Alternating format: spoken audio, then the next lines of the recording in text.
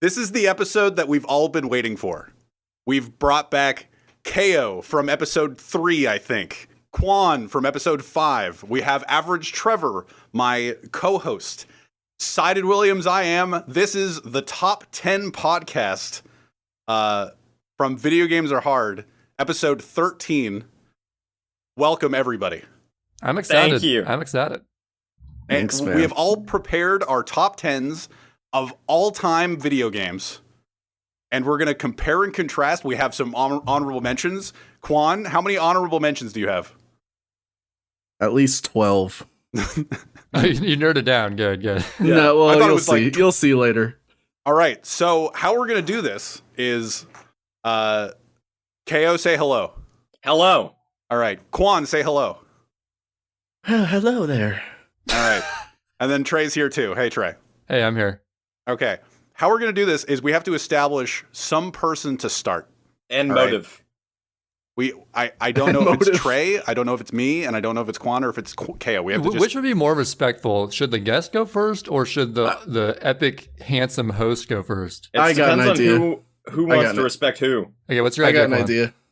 We start with either Sid or Trey, then we do the two guests, then we end with either Sid or Trey. Ooh. Ooh. Yeah. I'll go last. I will start Okay. because I probably have the weakest pool of games to choose from. I feel like, I'm not gonna lie, I'm a speedrunner. We all know we're all speedrunners. Well, Ko, you're like... Okay, well. I didn't mean like that. You can leave it at that. Okay. We're all I didn't mean to be speedrunners. mean. We're all So- speedrunners here. We're all... Kwan, Sid, and I, we were pretty, like, in the deep of speedrunning for a while. Especially me, I guess. But there were so many years, so many formative years, I would say from like 2012 to even 2019 or so. If I was playing video games, it was speedrunning. Like, if I wasn't playing a video game, it was like anything. What I'm saying is I dedicated so many years to getting good at specific games. Nerd. There were many games out there that I'm sure you guys played that I never got around to because I was just so in the grind of, I got to be the best at this Sunshine, the best at Pac-Man. So the bulk of my list, and which is why I'll go first because I probably have the lamest list, is it's going to be a mixture of games from like my childhood, GameCube to Game Boy Advance, and then some like super recent games that I played, getting more into casual stuff. So, Okay. All right. with that being All said, right. are we ready to Number get into 10. this? Disappoint. You're disappoint? Don't disappoint. Oh. That's what I said. That's an order. Oh, we're all currently disappointed. All right. I'm disappoint right now, and I don't want to anymore. I just had to preface my list with that because there's many games out there that I have yet to get around to that are timeless classics, but I'm kind of a fake gamer, is all I'm saying. Okay, so we're going to start with number 10 on everybody's list. Number 10. Well, before that, we got Wait. honorary mentions, right? Yeah, we should No, start with honorary, HM. No, honorary no. mentions later. No. Yes, Wait, yes. wasn't Kwan's idea to do I vote HMs honorary first. mentions and then get in the top 10? No, honorable mentions before we do number 1, so we don't like spoil what's not on our list. and Oh, stuff. I You know what I'm misinterpreted saying? what you said. My bad. It's a better idea than you even thought. Yeah, I you thought don't it even- was just you can't like- even comprehend it. Dang, I wasn't ready for Kwan's genius. Goddamn. So we're going to go number 10, then 9, then 8, then 7, then all the way through 2. And then we're going to do honorary mentions speed round that haven't been mentioned by anybody on anybody else's top 10. And then we're going to do all of our number ones. That's how we're going to do it. Majestic. Dang, I kind of had some good ones where it's like, here's the ones that didn't make the cut, but whatever. Anyway, Yeah, I'll do that's it. what I I mean- was going to do, but it doesn't matter. It's fine. I'll do it the Kwan way because that's kind of genius, actually. I like it. So, all right, coming in at number 10, Sonic Adventure DX Director's Cut on the GameCube. Woo! Give it up for Sonic. Yeah, do we So- clap? Okay, Yeah. no, don't declare. That's kind of weird. So Oh, I my am bad. fully aware that Sonic Adventure has aged like milk. It has many issues. It has very glitchy voice syncing with the audio of the voiceovers and the cutscenes. It's a very memey game. But Sonic Adventure is such a big part of my childhood. There were just so many years I remember having such a good time with it. This is essentially my nostalgia boner pick of the list, where I recognize that I'm viewing it through like 7 layers of nostalgia goggles. But hey, it's a good game. Fuck it, in my eyes. I'm with you. Some of my list is definitely nostalgia goggles, but Yeah, and if I chose the games that everyone picked, that'd be lame. So yeah, that's how I chose my list too. I want to be cool. I have some crazy Sonic Heroes nostalgia, so I feel you. Renting that game was hype. That's an underrated game as well, I feel like. Yeah, so I've got some. I've never played Sonic Adventures, but I did play Sonic Heroes, which similar game one might propose. But anyway, it is 3D Sonic. It's quite a bit different gameplay wise, but I'm sure that's on your top 10s. It's number 0. I'd like to take this opportunity to say that I've played, again, we've mentioned it on the podcast. I've played 3 minutes of a Sonic game once, and I do not care for Sonic at all. But you know what? Go off, King. Yeah. I don't vibe with Sonic kids. That's all I gotta say. And I totally respect that. I just remember one distinct memory. The first time I played the game, for some reason, the fact that the game literally the first thing you do is a boss fight. The Chaos Zero boss fight was just. It was mind-blowing to me. Like, my little 8-year-old brain, couldn't comprehend. Like, oh my god, start with a boss fight? This is crazy. And it was 3D. 3D was so crazy to me when I first played 3D games. I don't know about you guys. Mm-hmm. But it was that sort of vibe. So, yeah. There you go. Okay, coming in number 9. Number 9. No, wait. What? What's up? No, what? What are you doing? 9 out of 10, right? 9? No, we have to go through the rest of the people at 10. Yeah. Oh, wait, is that how we're doing it? I thought we were doing each list I was one. with Trey. Hold on. What do you guys think is happening? Number 10. I think We're all this way is 10ers? better. Okay, Go okay. through We're the all whole doing list. 10. If we jump around lists, we're going to forget everyone's list. I'm writing them. I'm actually typing them. Actively. Okay. Actively. Yeah. I'm at number 10, Trey's is Sonic Adventure DX, and then we're going to go Quan, and then we're going to go Wait, KO. no. My idea was to do the whole list at once, and then the next person, that's and so the next lame. person. Why is that lame? That's fucking. I hate this. I think that's awesome. We're doing it how Sid's doing it, or Yeah, else. 10 we're going in a circle. 9 we're going in a circle. I was with you, that's not Trey. what I I just expected, but- I Alright, just go don't ahead. care. Trey, if we do it your way, then you're going to be talking for half an hour, and That is true. and then we go to the next person. Okay, that's what I had in my mind. Whatever, it's fine. Go ahead. Yeah. Okay. All right. He's just pissed. Just know we're pissed. just know that Trey's super angry right I'm now. super mad. The whole podcast is ruined. It's fine. Okay, go ahead. All right, Kwaniza, number 10. I want to go third. You go, KO. Okay. Number 10, baby. Coming in at number 10, we have You Know It, Love It, a popular game by Dan Salvato himself, Doki Doki Literature Club. Ooh. Wow. Banger game. I know Coming in that guy. hot. Steamy hot. That guy. Wait, the Let melee me guy? tell you a thing or two about that guy. Dan. Prolific figure. Sexy. Known for his He has a Mario Maker level called P is for Pain or whatever. Mario Maker level P is for pain. He made Doki Doki Literature Club. I went in not knowing what it was, and that shit slapped. Don't want to hit any of you podcast folks listening, perhaps at home, perhaps at work, perhaps on the bus, perhaps elsewhere, with spoilers. But going into Doki Doki Literature Club unspoiled, it is a serene experience. And I hope you sleep well at night afterwards. That's what I always hear, and I'm always thinking, how bad could it be? I still got to play this game, and it's on my bucket list, but I'll get around to it at some point. There you go, no spoilers. All right, Kwaniza, as they call you. You're up next. Doki Doki. Interesting pick there, KO. Interesting shitty pick there, KO. So I want to preface by saying, I didn't really craft this list thinking oh, this is the best game objectively, or thinking I want my list to be quirky. I just kind of thought about it, what games meant the most to me, and I just wrote them down, and it was pretty easy, actually. Bro, I said Sonic Adventure. I've lowered the bar that much. I'm My just saying, bar's crazy high. I'm saying, besides one game, I think most of my picks are just what they meant the most to me. So I'll start it off with number 10, a JRPG. I usually don't like JRPGs. They're all kind of boring and cringe. But this one was fun and not as cringe, I should say. It is Xenoblade Chronicles 2. for the Hell Nintendo yeah. Switch. There's just a crap ton of things to do in this game, really. I mean, the content is insane. The combat is the second best, I'd say, of any like RPG I've played. I mean, it's kind of actiony, but also there's a lot of like deep, like just strategy and stuff to go on with it. I kind of like the story. The characters, I'll actually talk about the characters later, maybe, but most of the characters were okay, I guess. I think Pyre and Mythra were by far the best two characters. Like, Interesting. Pyre and Mythra, maybe You Nia like too. that whole dynamic of the two? I just like them as characters and just their voice acting and their nuance more than everyone else's. Yeah. I don't know, it's just a good game. I still have not beaten Xenoblade Chronicles 1. Like, I've played 30 minutes of it. I can't, it's just not, I can't get over how, like, lame it is to me compared to Xenoblade Chronicles 2. Yeah. Didn't you start playing Xenoblade 1 and then you heard that 2 was out, so you dropped it for 2?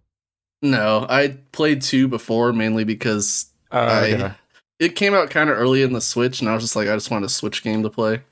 So I just picked it up, and I kind of loved it. I think Pyroshade, former Sunshine Runner, he like kind of convinced me to get it, and it's worth it. It's worth it. And it's not a game where you need to like know Xenoblade 1 to play it, really. Oh yeah, they're totally different games. If it's its own thing in a way, but I would recommend as a JRPG with a ton of stuff to do. I have like 400 plus hours in the game, and I still haven't even done everything. So yeah, that's my number 10. Cool. Wow. All right. My number 10. And it's a game that I just added to this list. Before we started this podcast, I actually started stressing like Trey did last week about this list. More like last month. This has been a long time coming, this episode. And I had my like default list, but I looked to my right and my pile of games that is to my right for our recording, and I realized that in that pile is Donkey Kong Country Returns for the Wii. Donkey Kong. And at number 10, that is where I put it. Incredible. I love this game. Well, for the Wii, even if you shake if Nintendo, by the grace of God, put it on the Switch and made it so that I didn't have to shake in order to roll, I would love it. I played Tropical Freeze. I enjoyed it enough, but I don't know. Something about DKC Returns, like at 2011 when it hit, I was just so into it. I hadn't played a lot of the Donkey Kong countries up until that point, like maybe when I was like really young, but for some reason when Donkey Kong Country Returns, I played it. It's one of those games, and a lot of my top 10 is going to be this, where it's just like I played it over and over again, and like if there's achievements involved, I got all of them, and like I got all the puzzle pieces, I got all the secrets, the only thing I didn't do, and which is funny, like we're all speedrunners here, is I didn't do all the speedruns of like the mirrored version of Donkey Kong Country. Like I like at that point I was like hundreds of hours in, and I was just like, you know what, I don't need to do this. But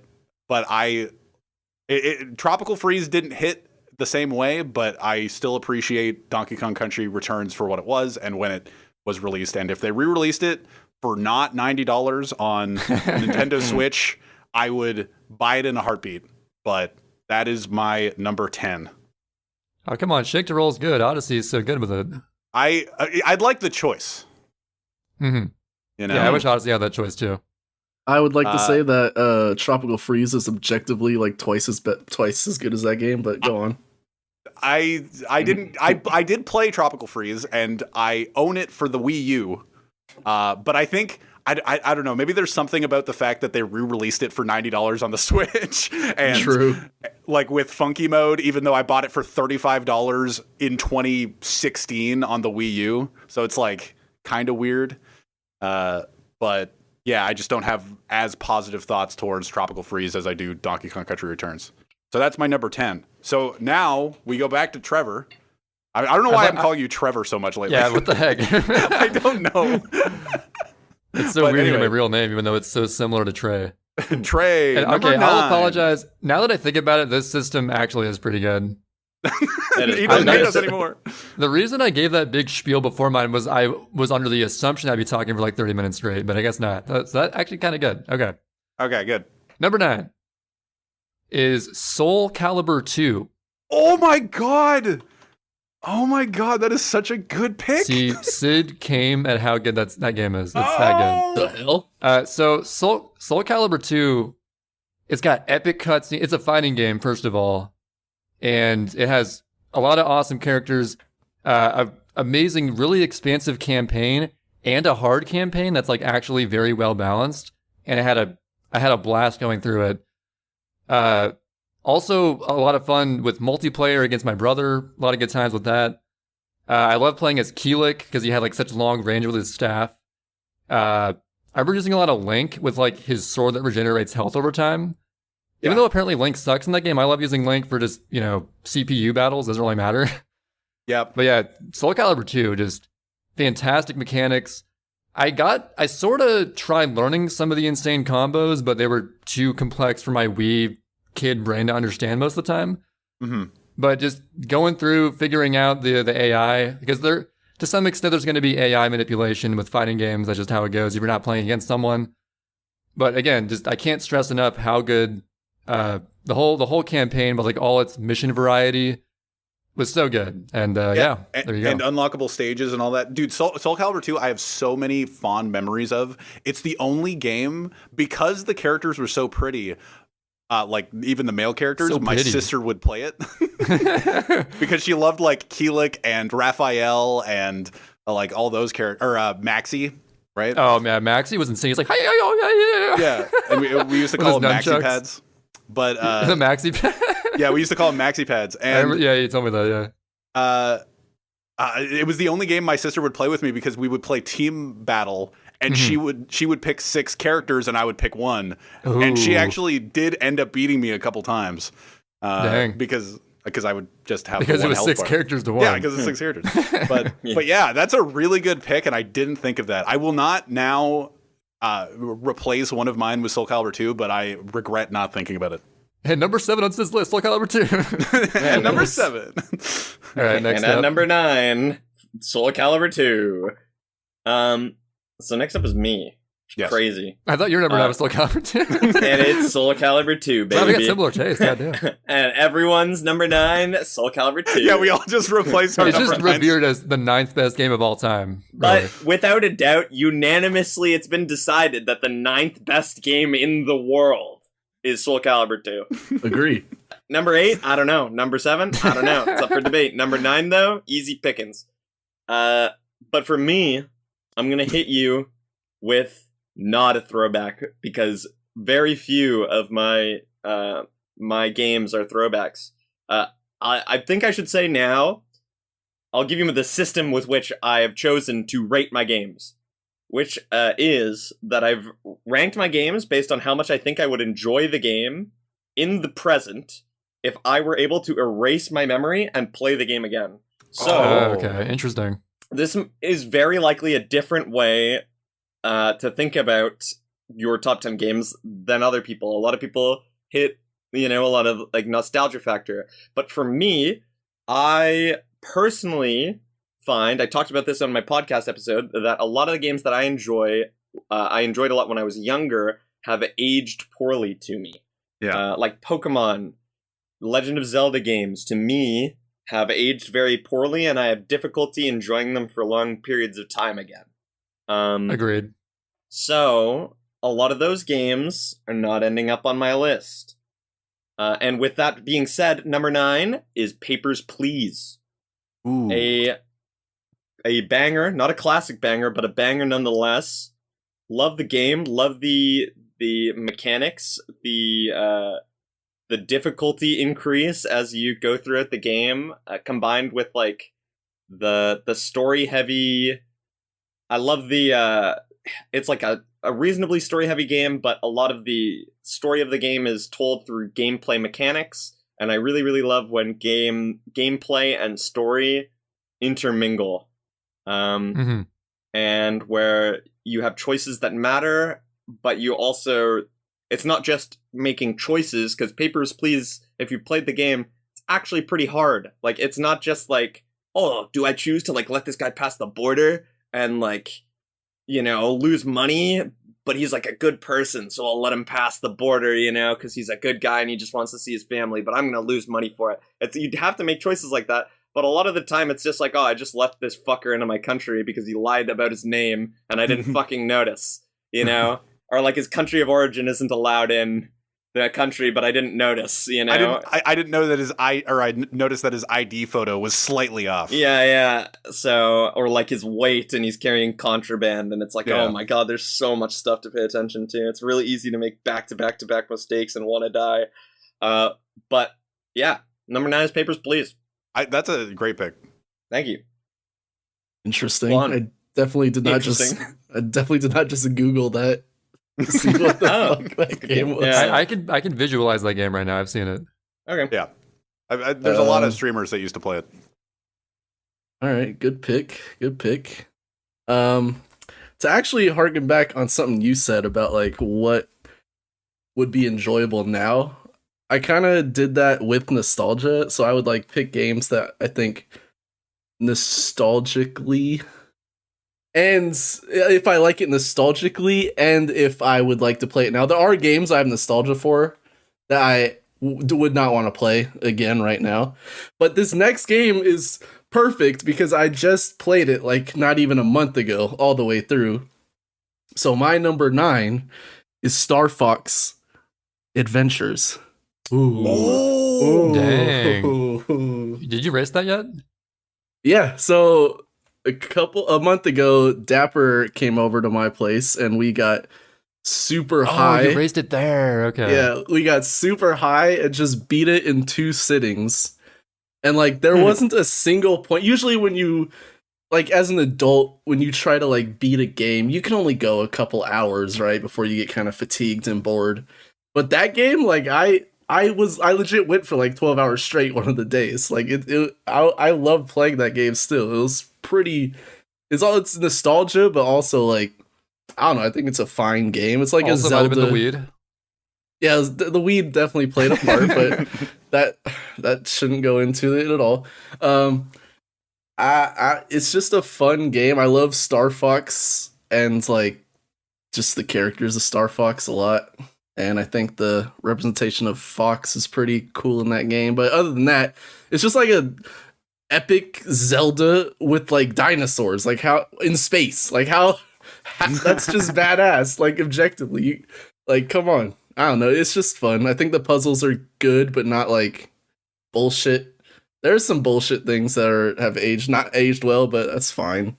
I just think I've always loved that game growing up, and after recently beating it, I think it's about just as good as it was back then. I don't really have much to say about that game, but yeah, that's about it. I've played it and I beat it, and I don't get all the hate that it gets. Like I don't understand. People just hate it because it doesn't have all the R-wing flying Star Fox is supposed to have, I guess. Yeah, it's not like Star Fox 64. Yeah, and you talking about it makes me want to replay it again. Like I think I started it again at one point, and I was just like, I got like to the snow area right off the bat, and then I just kind of like stopped. Mm-hmm. But now I kind of really want to go play because I own it. I do own it. It's somewhere. But yeah, that's a very interesting pick. I'm not surprised, but like I feel like you're the one person out of like maybe 1,000 that would list it. You know. Mm-hmm. But yeah, anyway, I'm next.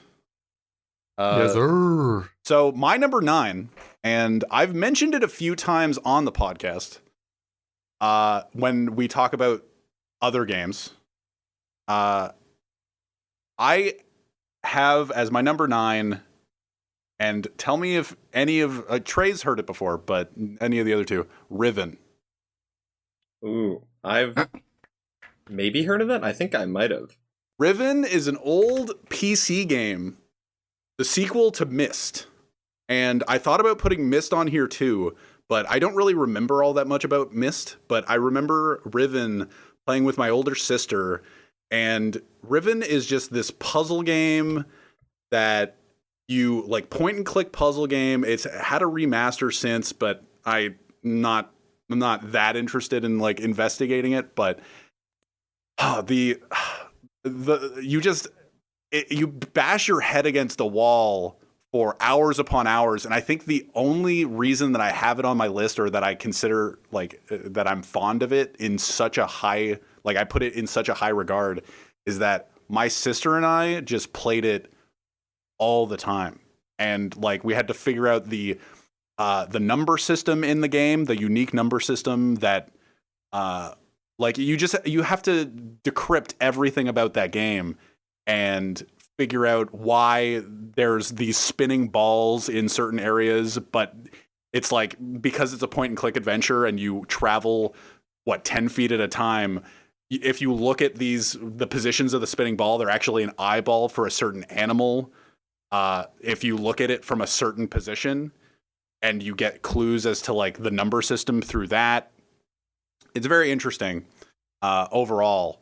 I can't really do it justice by describing it right now, but at number 9, I do put Riven because of just all of the time and like hanging out with my sister for so much time. And I just, it's maybe it's not a nostalgia thing, but it's just like the fact, like, I don't think I would have a lot of nostalgia for Riven, but I think I just cherish the time that I played with my sister that game.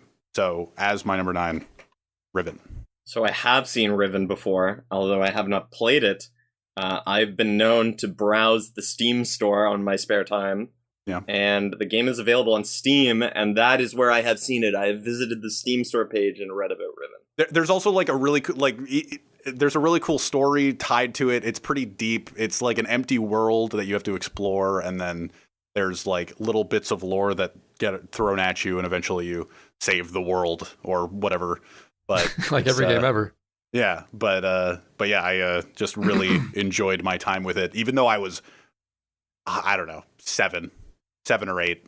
No idea. I have no idea how old I was. But you enjoyed a game even though you were 7.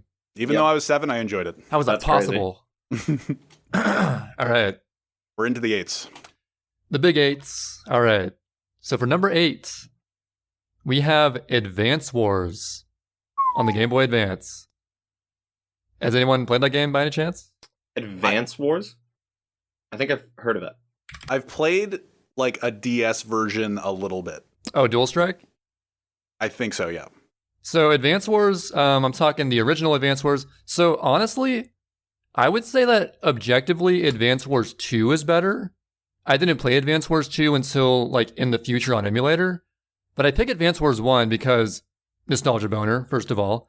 Mm-hmm. It was the first grid-based chess Fire Emblem kind of game I ever played. You're moving infantry, tanks, artillery, bombers, all kinds of units around. Strategically, it's a very strategy-focused game. It's got great characters, even though it's all just pixel art because it's GBA. But very memorable characters regardless. It's got like, every character has their own superpower, which makes them all unique. And just, I remember just developing my brain as a kid, figuring out like, oh, if I use like a choke point, all of Kanbei's units can't get by me and it doesn't destroy me. I can just like, I think that game developed my strategic brain so much single-handedly. Yeah. Because I figured out like, okay, this unit, there's sort of like a weapon triangle with like battle copters beat tanks, tanks beat anti-air beats copters, on top of like their interactions with infantry and like how to best capture cities. And just the campaign was really solid. I don't think I ever beat the hard campaign because the hard campaign was actually like insanely hard in Advance Wars 1. Mm-hmm. It was much easier in Advance Wars 2, but I don't think I actually beat that one either, but I think it was easier, but I played so far of it. But yeah, Advance Wars 1, even though from an objective standpoint, I would recommend Advance Wars 2. Advance Wars 1, I just played. It was like one of the first games I ever owned before I even had a GameCube, I think. And obviously, as like a 7-year-old kid, I was garbage at first. I had like, my brain was so small, but the more I played it, the better I got. And I also played my brother sometimes and had a pretty good time with it. And also, there's going to be an Advance Wars 1 and 2 reboot remake coming out later this year. I'm super excited for it, so I'm definitely going to play that. and that is number 8 for me. I think your Advance Wars pick is very similar to my Riven pick, where Riven was like the first very complicated puzzle game, and I love very complicated puzzle games. And then Advance Wars is your like, strategic, like the Fire Emblems or whatever that we'll inevitably get to. But yeah, I think that's a really good place to put on your top 10. Thank you. Not bad. I have heard of Advance Wars. You should play the remake coming up. And I was going to say before you unfortunately mentioned the remake, because I was going to be like, I have heard of Advance Wars because I saw the remake announcement at the fucking Summer Games Festival. I have seen this game before. I was going to recommend that maybe you should try Into the Breach. It's like kind of a similar game. I don't know. Okay. Have you ever heard of Into the Breach? No, I've heard of like XCOM, but not that. Have you heard of FTL, Faster Than Light? I've heard of it. Yeah, it's by the same developer. So FTL, it's like a really well-known, beloved game. All I know is that Snarfy Bobo would play it all the time. Yeah. Into the Breach is like a grid-based combat game. Dude, I love like grid-based combat. But, I should play that. Yeah, so if you're interested in more grid-based combat... All right, I might try it out. Trey, you gotta play Mario and Rabbids then, bro. Come on. All right, maybe I should, but I don't know. We'll see. I just want everybody, after every game we list, we have the KO minute where he says that if he's heard of the game. I have heard of the game. Every time I'm like, I think I've heard of it. And then I'm like, I have heard of it. There's multiple levels. There's the I've heard of it. There's the I've seen it. And then there's like a level after that. Mm-hmm. I've smelled it, maybe. I've touched it firsthand. Firsthand touch contact made with the disc. Anyway. I considered buying it. Considered purchasing it. So my next game for number 8, I'd like to say this would be a good time to say that I've tiered off my games. So that was the end of my red tier. The red pill tier. Moving on to the blue tier. Wait, what? Wait, using what the fuck do the colors mean? What's the problem? It's my red tier. Don't talk shit about my tiering system. The blue tier. Okay. Number 8 in the blue tier. So this is a game that I was not on my list until I revamped my list today. And I had to like think about every game I've ever played, and it was originally just going to kind of maybe sneak in as an HM, and then I thought more and more about it, and I'm like, you know what? This game's actually really good, and I'm doing it a disservice to place it in an HM, because not only did I really enjoy playing the game at the time, I also think that if I could go back and play it again, I'd love it again, especially if I had no memories of it. So, that game, number 8... is Portal 2. Portal 2, realistically, it feels weird putting such like a well-known game just like at number 8, you know, such like a just Portal, you know. But it's still made your top 10. That's the pretty big honor. Yeah, so Portal 2 is not only amazing in and of itself, it's an amazing sequel to an amazing game. It also comes with an incredible co-op mode, one of the best co-op modes in any game I've ever seen. So good, in fact, that it warrants purchasing the game just to play the co-op without ever playing the amazing single-player campaign. Yep. Just an incredible co-op mode, and I'm a co-op lover. If you know anything about me, other than my name, it's that I love co-op. And the color blue. So that's why Portal 2 makes it into my... This is your favorite tier, then it's the blue tier. Blue tier. Number 8. I'm not saying it's my favorite. There are 8 games in his blue tier, and then there's 2 games in his red tier. Yeah, red tier sucks. But yeah, Portal 2 is fucking sick. Playing that game's sick. If you haven't played Portal 2, you're missing out. If you haven't played the co-op of Portal 2, you're doubly missing out. And if you have played the co-op of Portal 2 and it's been like 10 years, you've probably forgotten all of it, and you're missing out on the sweet, sweet replay. You know what's funny is that I've actually only played the co-op. The co-op's juicy. I never played the single player, just the co-op. Single player is godlike. You should play the single player. I should play the single player. Yeah. I played both. And how was it, Sid? I thought it was great. Well, you saying Portal 2, it actually made me add an honorable mention. It made me think of Valve. So like I had to put another honorable mention in, but It's Left 4 Dead 2. It's Half-Life. But yeah, Portal 2 was great. I love the single player, and I loved playing with my old buddy Mike. Well, I think I played literally 11 years ago when I was 18. Wasn't it 11 years ago? That's crazy. Oh my god. Yeah, it's crazy, right? That's Portal 3 time won. flies. Jesus, I'm old. Fuck. Anyway, moving on. Kwan is next. All right, good pick from KO there. Good pick. Thank you. Kwan's gonna rate every KO pick. Every single time I'm like, come on, what's he gonna say? So Do you rank it blue or red? Sorry, before you start. Yeah. that's yellow. Oh, So yellow worthy? Goddamn. number 8. We're on to number 8, right? All right. So Yeah. this We're on one, to I blue. guess. Yeah, we're on the blue. This, I guess, took the most thought out of any game because it could have maybe been number 1. It could have maybe not been on my list at all. I'll just say it is Sunshine. Super Mario Sunshine is number 8 on my list. Now, I said at the beginning, like, if what the game means to me, like, weighs more than, like, just how good of a game it is objectively. But I wanted, for this, I kinda am separating speedrunning from Sunshine. Like, if I think speedrunning means more to me than Sunshine, I guess, even though Sunshine got me into speedrunning, so I'm kinda just detaching the two. And that's how it's at number 8, because it was still a super nostalgic game for me. I think it's a very good 3D Mario. From a gameplay standpoint, it's the best movement, sharpest controls. I think Not speedrunning wise, of course, though. Just casual. Biggest brain. No. I would put like pro movement in that as well. Just putting it into a whole game like thing. Just the game itself is good, I think. I think it's the second best 3D Mario. I'll go ahead and say it. Spoilers. And there's not much to say. It's Sunshine. You guys talk about Sunshine every freaking week, so we that's don't. I have heard of. I will say that I have heard of Sunshine. Oh, thank God. Mhm. Thank fucking God. All right, yeah, number Never 8, heard of Sunshine. We don't need to spend much time on it. That's All right. my only You thing. know is, it, you love it. Yeah, it's Sunshine. Go ahead, Sid. Yeah. I'll just skip over my comments on Sunshine. Number 8 for me is, we actually mentioned it last podcast. We were talking about Resident Evil.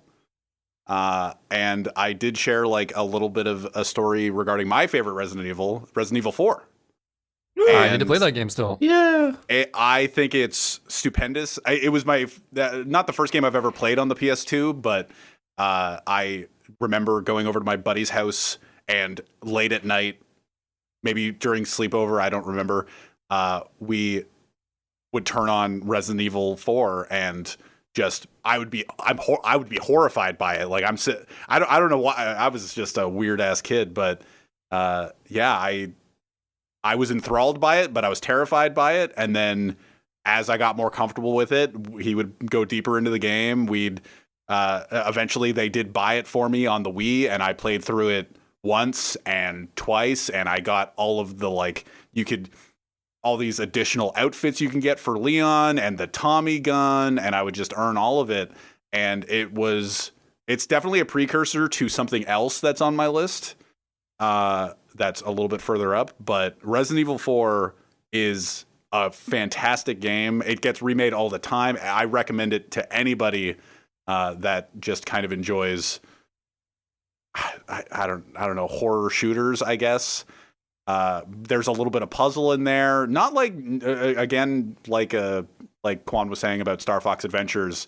Not the most complicated puzzles, obviously. It's just kind of like collect this thing, go over here. Maybe there's a little bit of a stumble here and there, but mostly it's just kind of like pretty good. And there's a difficulty choice, so you can play on easy if you want. I think at the beginning of the game, I can't quite remember. So but no, because you always plays on hard. Yeah, I just play on hard. But yeah, it's definitely deserves to be on my top 10, and there it lies, number 8, Resident Evil 4. Wow, chef's kiss. Is there a PC port for that game? I still want to know. There has to be. There actually has to be. Is there no remake of Resident Evil 4? The remake is going to come out eventually, but not right now. Should I wait for the remake? Probably, maybe. Possibly. Who knows? I know they changed a lot about like Resident Evil 3, so they might change a lot about Resident Evil 4 if they remake it, or they might not. I don't know. It's the one Resident Evil 4 that if they touch things, people would get mad. Yeah, for sure. And it's definitely, if you would ask any like casual fan, Resident Evil 4 is the best Resident Evil. Maybe even Resident Evil fans, I wouldn't be surprised, but I wouldn't know. But And I've heard of it. All right. And Kao's heard of it. I've heard of it too. And we're entering the sevens. Lucky number 7. Oh, number 7. So coming in with another GBA game, 2 GBA games in a row on my list. Mario and Luigi Superstar Saga.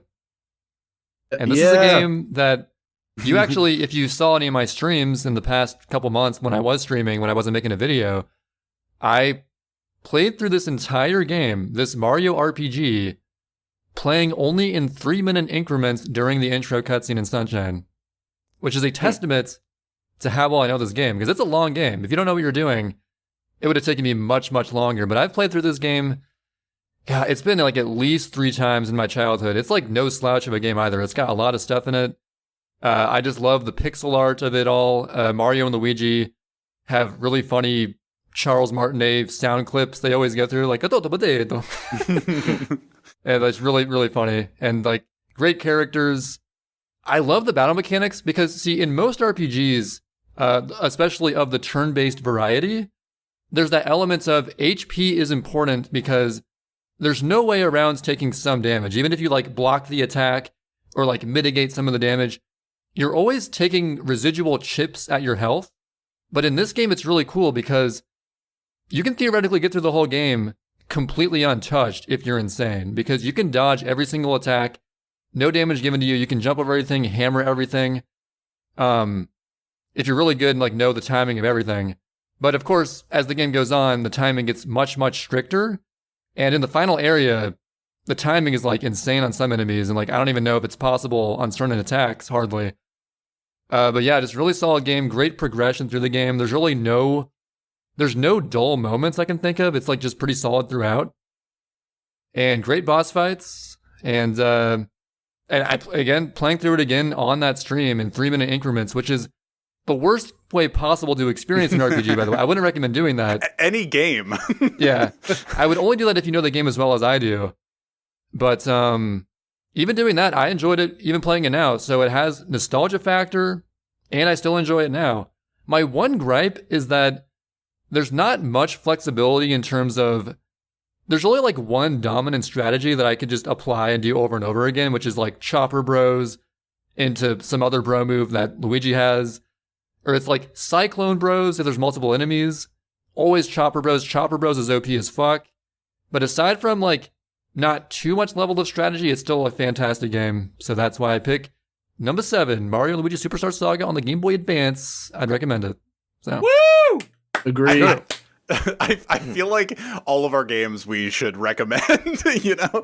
I wouldn't recommend this game. It's actually kind of... No. Yeah, I said it at the end of Resident Evil 4, and then you said it at the end of Mario Luigi. I'm just like, yeah, these are our top 10 games. Obviously, we Of course we recommend them. it, God. Coming up at number 7, a game I don't recommend. Fucking sucks.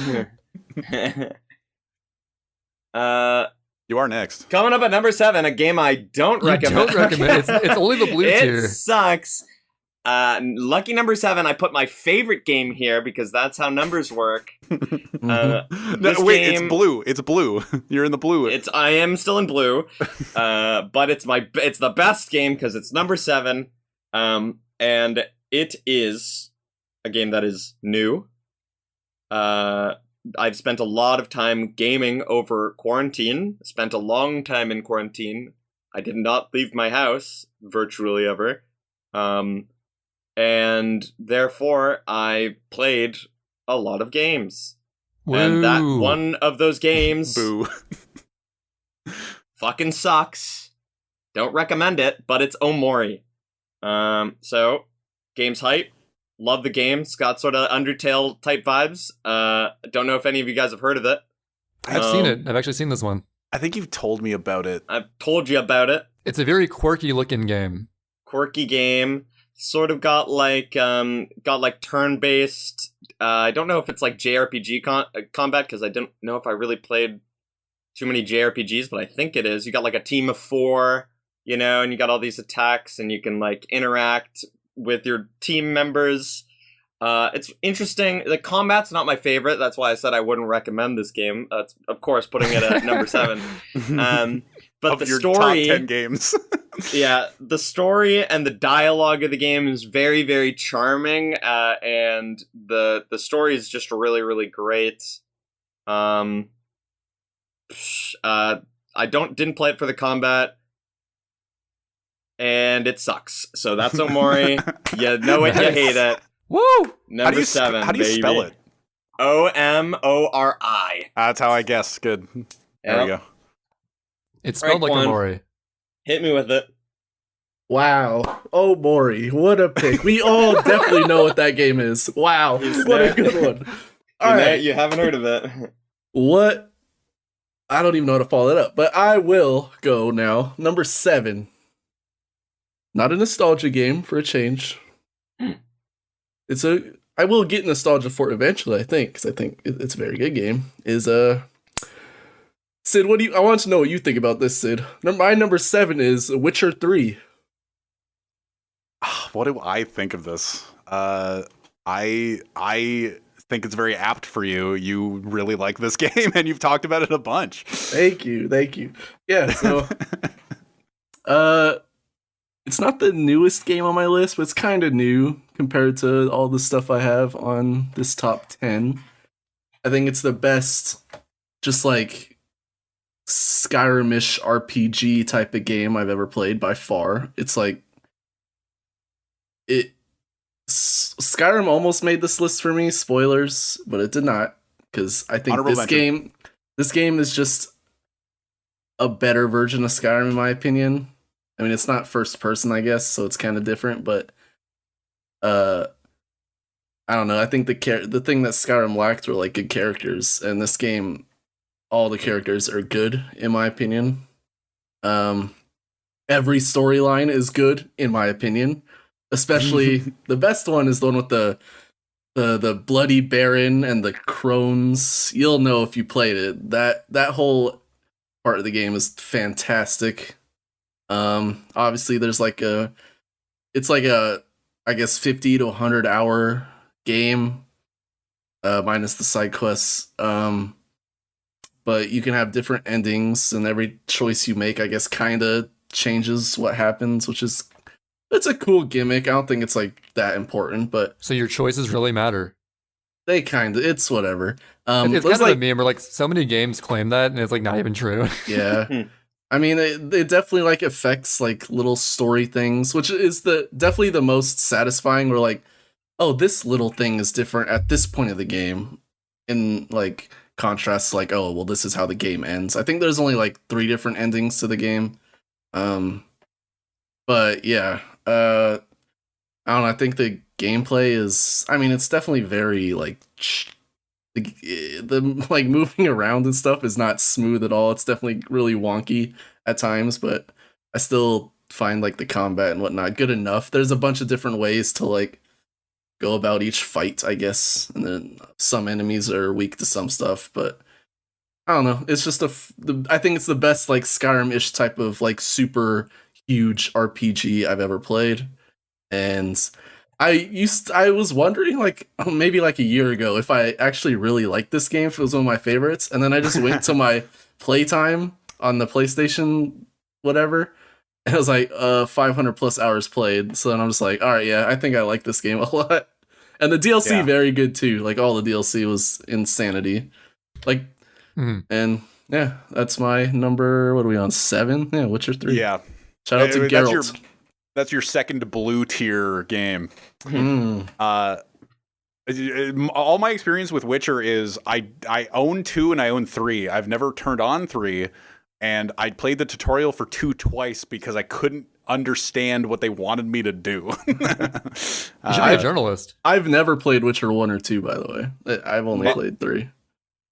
I have an experience with the Witcher franchise. That experience being that one of my favorite YouTubers, Joseph Anderson, who makes video know him. essays on has spent a ridiculous amount of time analyzing the Witcher series, especially The Witcher 3. I don't even think he's released the video yet on The Witcher 3, but he spent like the last 2 years just analyzing the Witcher series, and I'm waiting for him to stop fucking analyzing the Witcher series.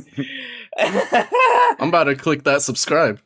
Witcher 2 is a 5-hour analysis. The Witcher 1 is a 4-hour and 18-minute analysis, and The Witcher 3 analysis is yet to come out, and it's going to be way longer than those. That's going to be like at least 12. That's going to be 12 hours for sure. 12? At least. Well, you know how we feel about 5-hour analysis, right, Sid? We hate them. We always hate them. They're too long. I can't stand it. What do I do? No. 8 minutes of spin jumping. Oh, no. I was going to say, I literally referenced Joseph Anderson last episode. Yeah. Oh, really? That's crazy. Funnily enough. I referenced his Cuphead video. Yeah, and it's not the first time Trey's referenced. Like, we watched the Witness video and a bunch of other videos on it. I have watched every single Joseph Anderson video with the exception of his Witcher videos. I've watched some of the Witcher 2's video, like over an hour of it, but holy fuck, it's long. And the next time I get pneumonia, I'll be sure to watch them. Nice. All right. That's an interesting detail. So I'm next. I'm going to specifically pneumonia. Yeah, that's what happened. That's what I watched all the other ones. Okay. So I'm next. I got my number 7 ready. I'm going to shift gears a little bit. It's Gears of War. Oh, that would be so good. Ooh, that would be crazy. That would be so good if I gave a shit about that series. But I do not. Harsh. This isn't a single player game. This isn't like a fighter. This is our like first group setting like party game. And my number 7 is Rock Band 2. Rock Band, I love Rock Band 1. I love Rock Band 2. I love Rock Band 3. Rock Band 2 was just like so game changing to me. Like the way it looks is, I feel like Rock Band 2 actually looks better than 3, but like if I was turn on a Rock Band game right now, it'd be Rock Band 3 because it has just more songs. If I wouldn't turn on Rock Band 2 ever again, but I think it still actually looks better than 3. It's just I owned all the instruments for that series. I feel like I'm just kind of putting Rock Band here as a series, really. Mm-hmm. But like we had all the instruments. We bought the keyboard. I own 3. How many different drum sets have I bought? I got the Rock Band 1 with the Wii. I got Rock Band 2 on the Xbox. Transitioning to Xbox 360. I got a Rock Band drums with that. I got a replacement drums. I got the Beatles drum set, and I got my Ion like electric drum set that works with Rock Band 2. And you're speaking on a Rock Band mic. And I'm currently speaking on a Rock Band mic. And that's also true. And that mic has stood the test of time. He likes the games. I wouldn't do like recommend the games. But just like getting everybody together, we have all like like you just said, the microphones.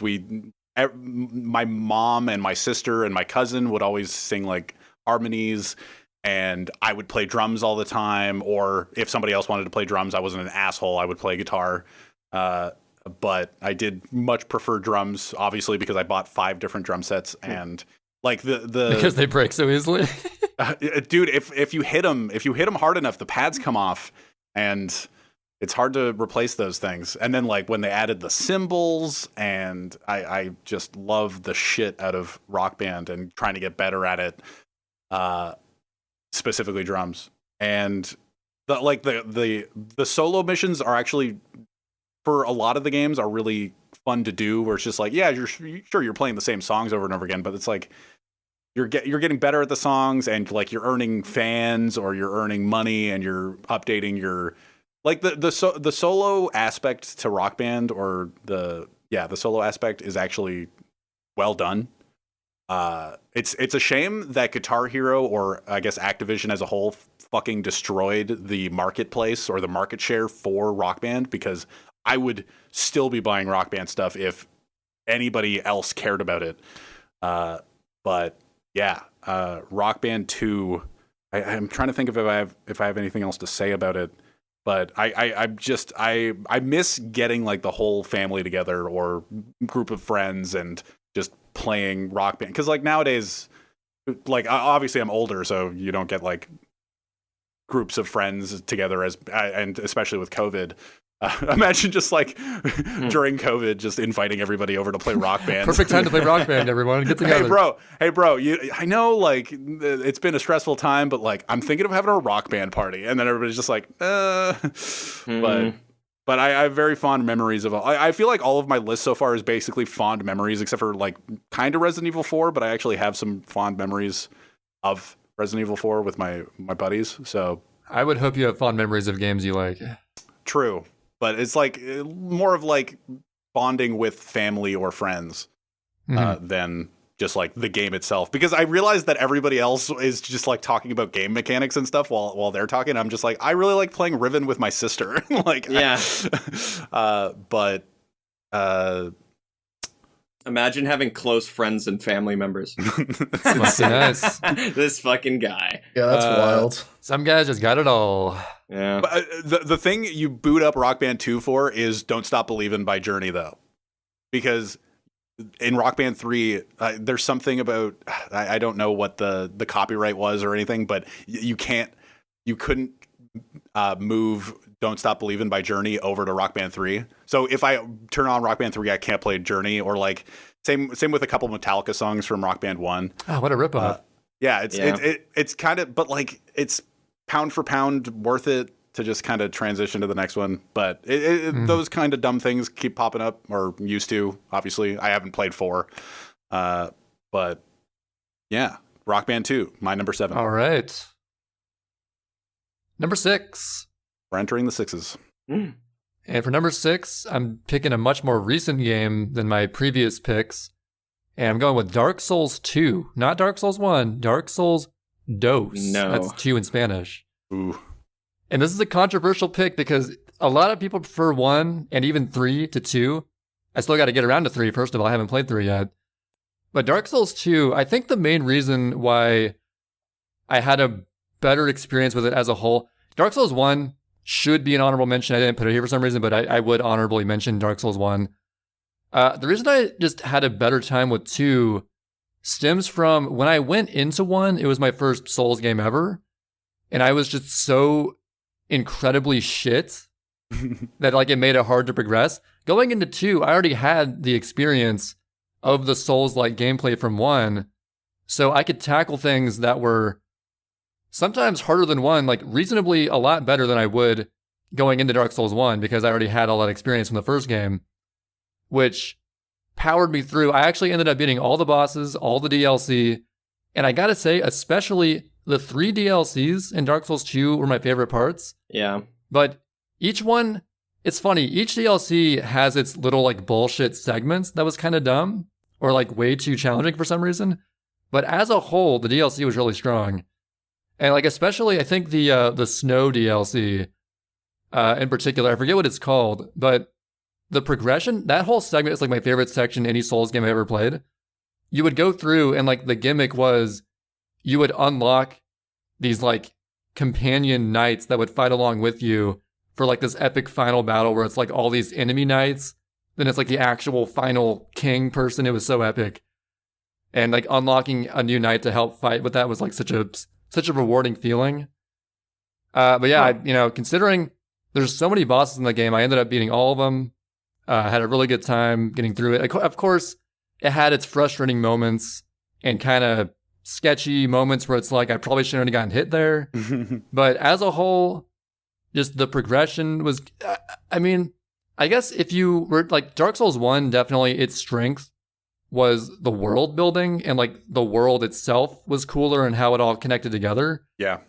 But considering 2 was a lot more linear and it was like one central hub that branches out to like, there's this pathway that goes to these places, this pathway goes to these 3 places. You could argue like that's kind of not as creative level design wise, but I guess you just gotta like determine if that really matters a whole lot, because what it comes down to is like how good are the bosses and how interesting are the areas. And the areas themselves are pretty cool.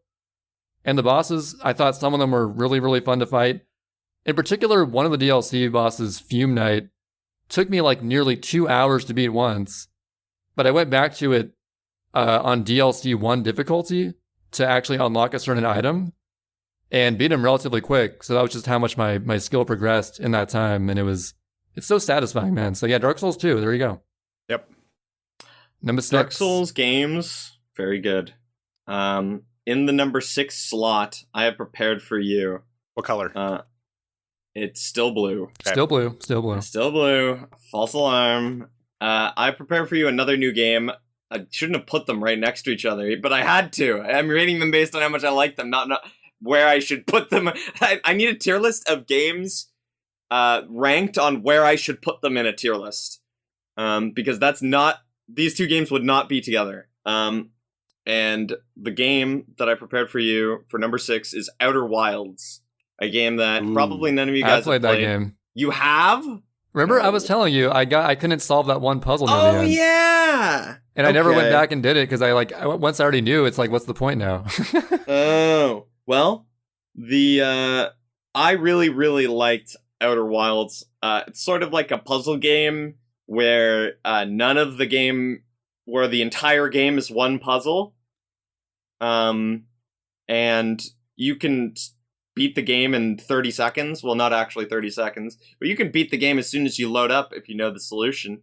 Mhm. But the whole game is building up. The entire game, you're just learning about like all these different planets in the solar system. Like you drive a ship around, so the gameplay is relatively fun.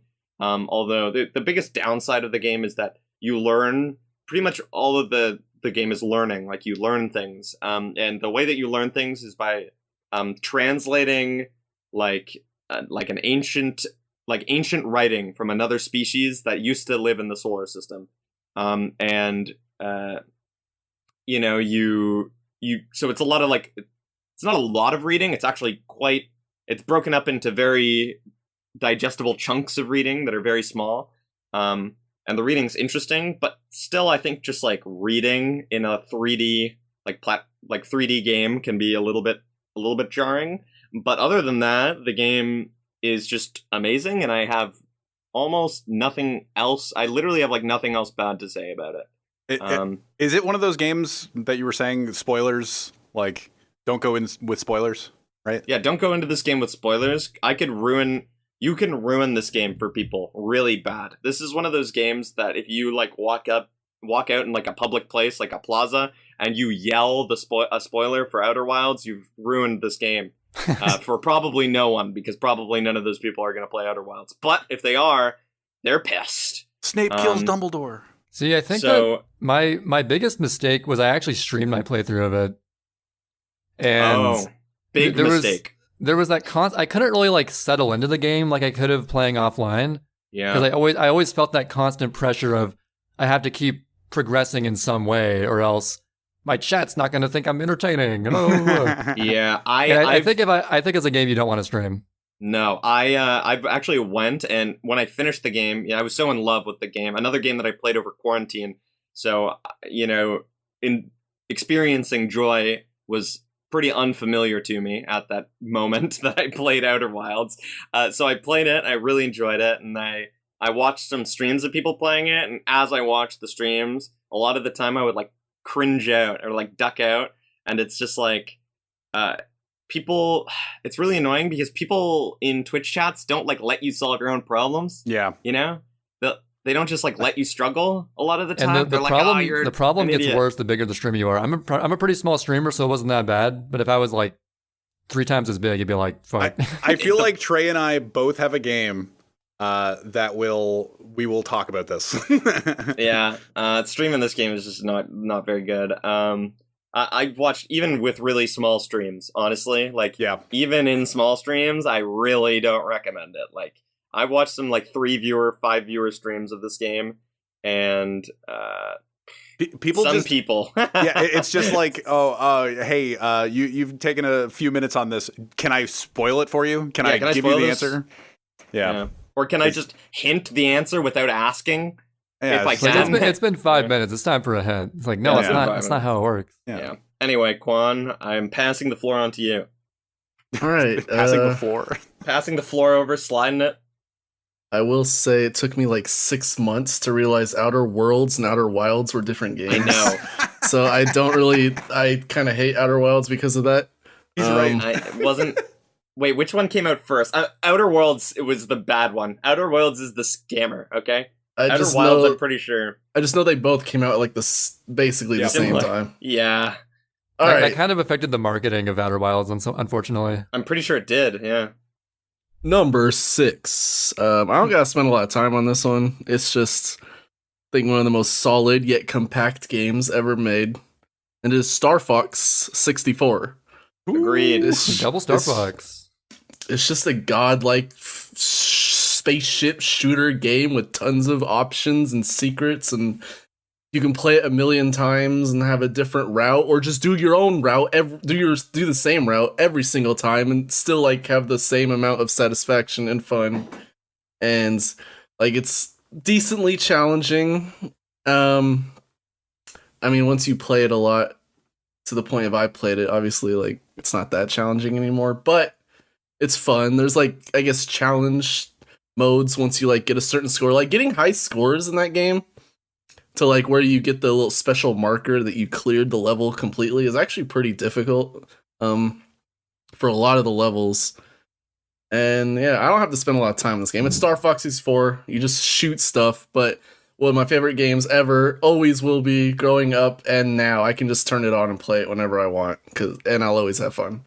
I have to say that I have so many fond memories of. I just have to mention, because you mentioned Star Fox 64, which is actually a game I didn't even think of for this tier list, but the amount of childhood time spent playing Star Fox 64, it's by far the game that I played the most of on the N64.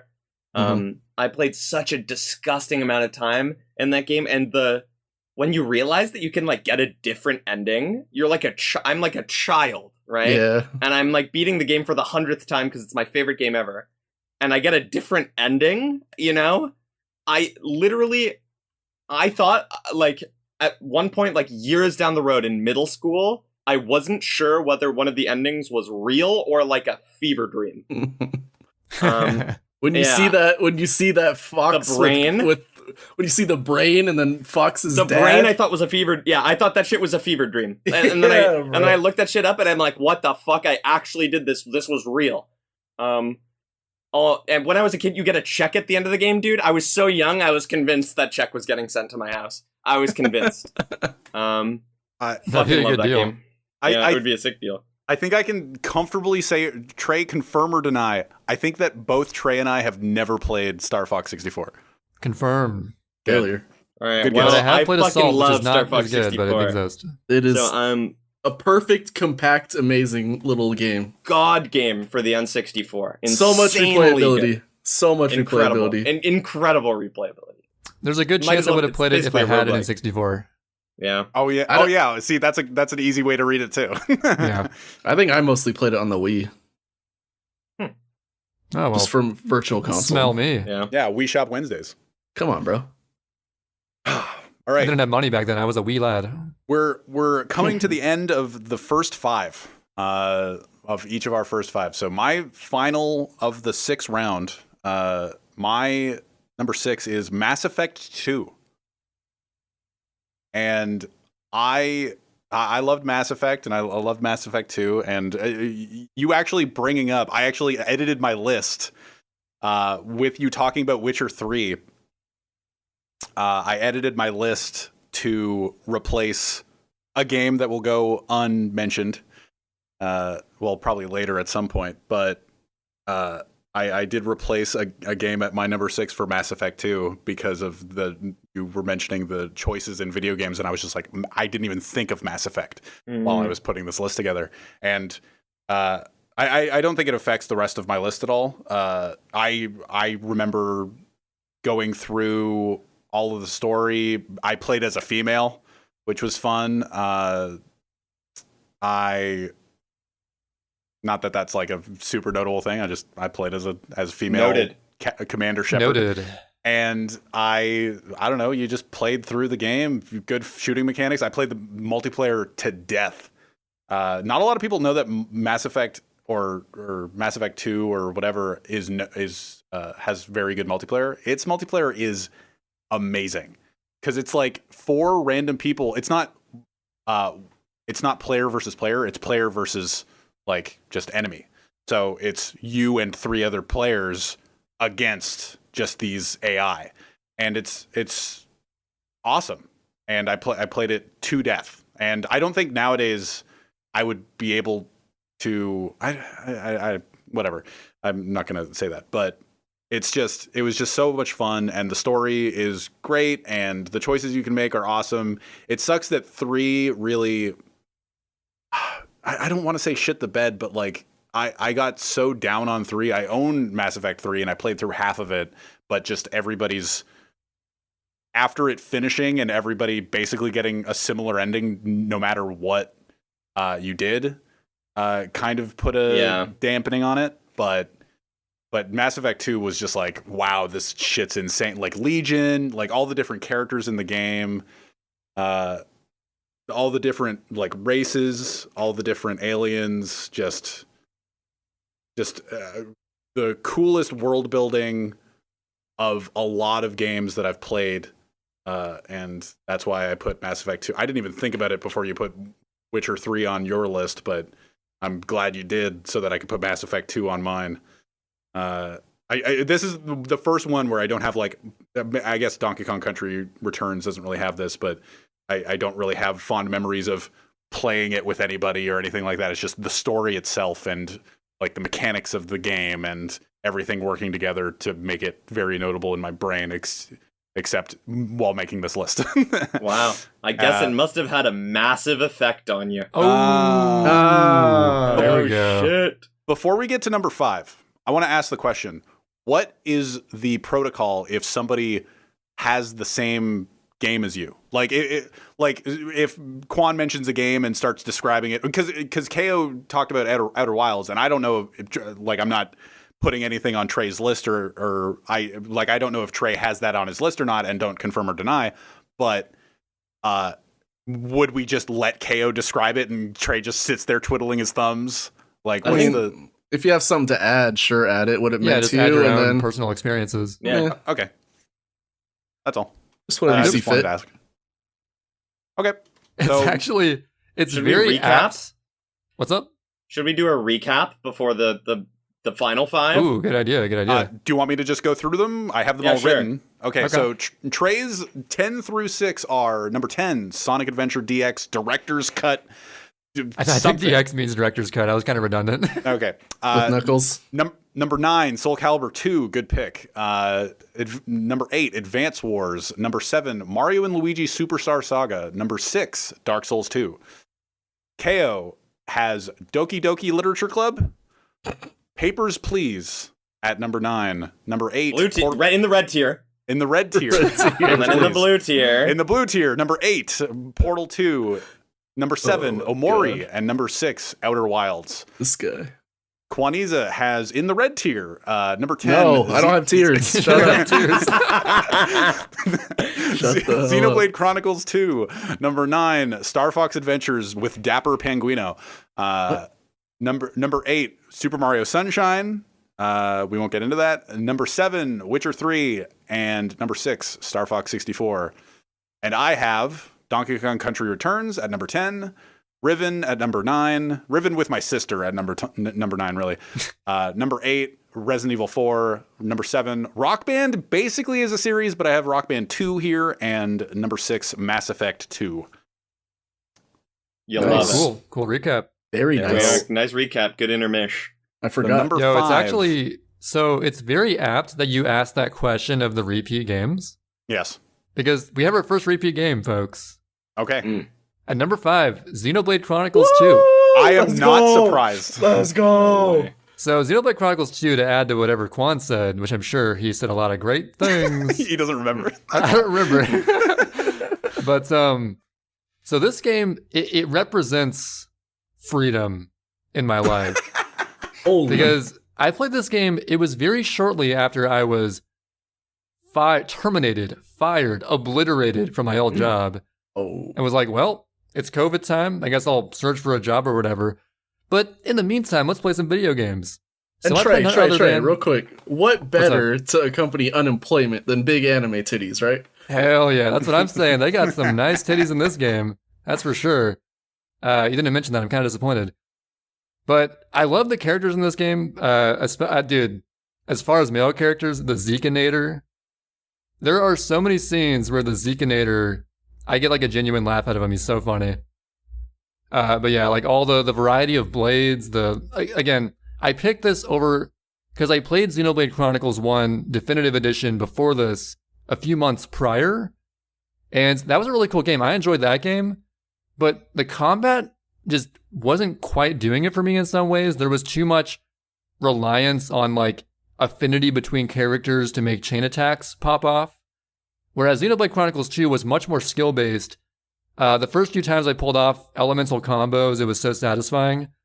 Mm-hmm. And then, it just, the depth of combat just builds as the game goes on. It's got a cool battle mode, like in sort of like the post-game, really good post-game content. I got all the DLC as well. I played Torna. I don't know if you did, Quan. Yeah, fantastic. Yeah, I actually 100%ed Torna. I got the postcard ending. Mm-hmm. And let's see what else is there to say. Anime titties. Yeah, anime. I'll add some more. We're just going to talk about Xenoblade Chronicles 2. All right, let's talk for a bit. Yeah. It's the Xenoblade Chronicles 2 roundtable, everybody. Anime titties are nice for sure. I'd say the combat is so deep, but also you don't even really need to know like all the details about the combat to even like enjoy the game. I didn't know what the hell a driver combo was until the world tree. That's like, and that's such a basic thing. But I got through. You're talking break, topple. Yeah. I didn't even know what the hell any of that meant until like the end of the game. Yeah, see, I knew that before it was introduced because of Xenoblade Chronicles 1. That's like a big part of that game.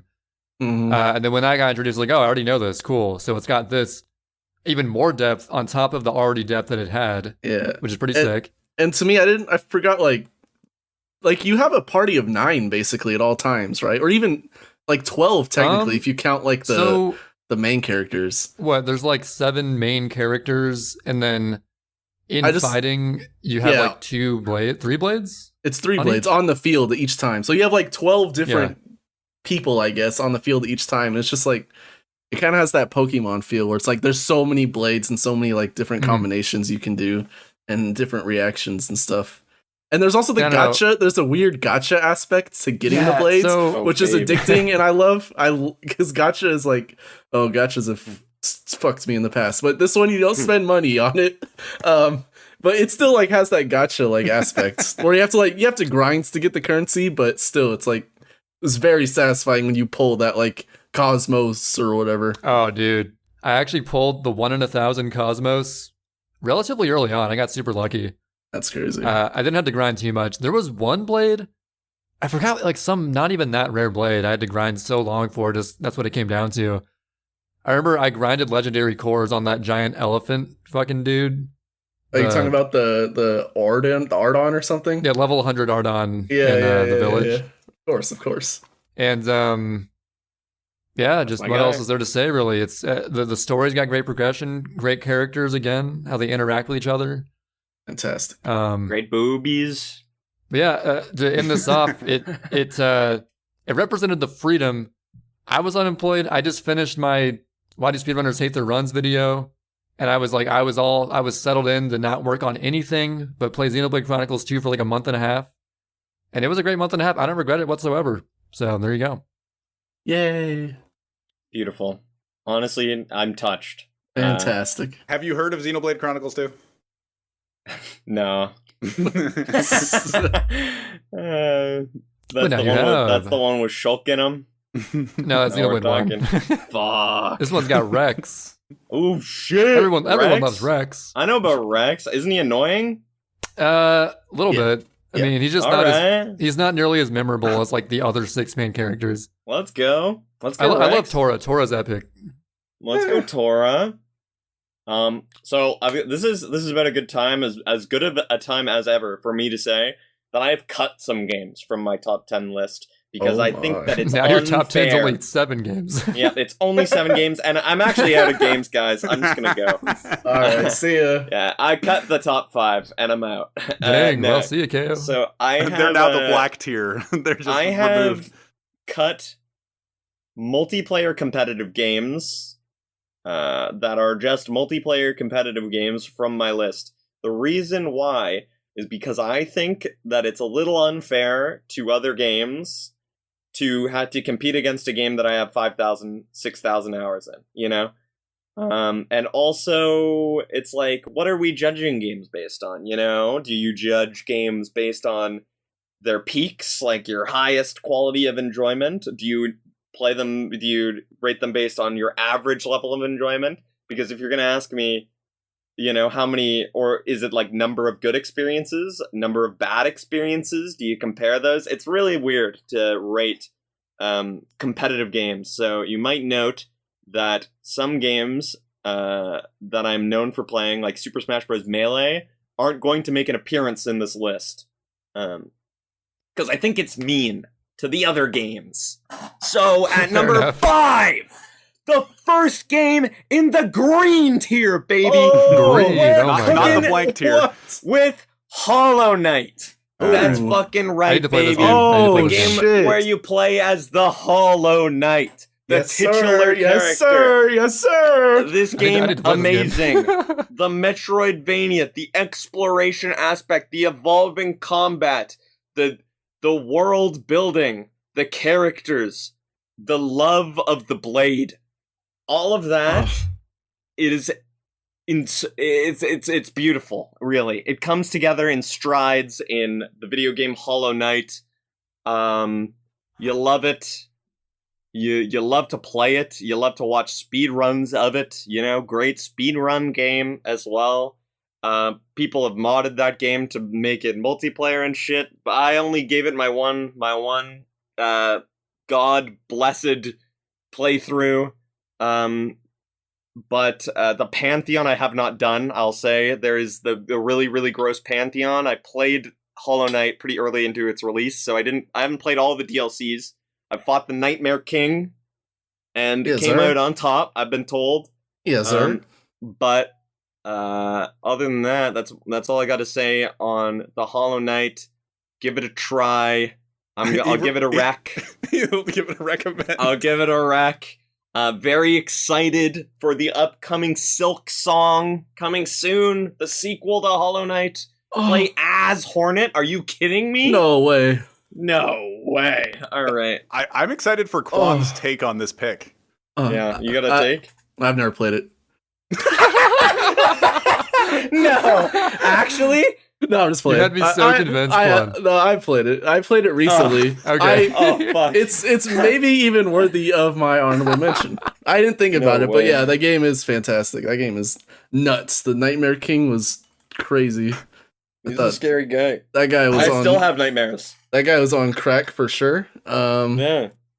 Yeah, great. That was your best pick by far, easily. Thank Probably you. going to be your Thank best pick the whole way through. But That's number 5. yeah, Yeah, so he peaked. That's only number 5. I respect it. That's a good game. You start off hot in the green tier, let me tell you. That's a good. I like Green tier. hot, baby. Green tier. All right. Now we're at number 5, right? Yeah. No, we're at green. Yeah, we're at green. Number green.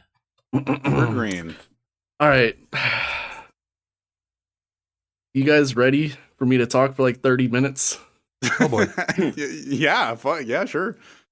Number 5 for me is Final Fantasy VII Remake. Okay, I was gonna say there's no way it's the first one. Okay, so you think I have this in my top 10, you'd probably think like, oh, this guy's probably got nostalgia boner for Final Fantasy VII. He's probably higher on this list. But no, I played this game before 7. And I think 7's was not, I mean, I thought it was a fantastic game, but it's not nearly as enjoyable as this The game combat was to is me. very archaic. Yeah, that. But okay, here we go.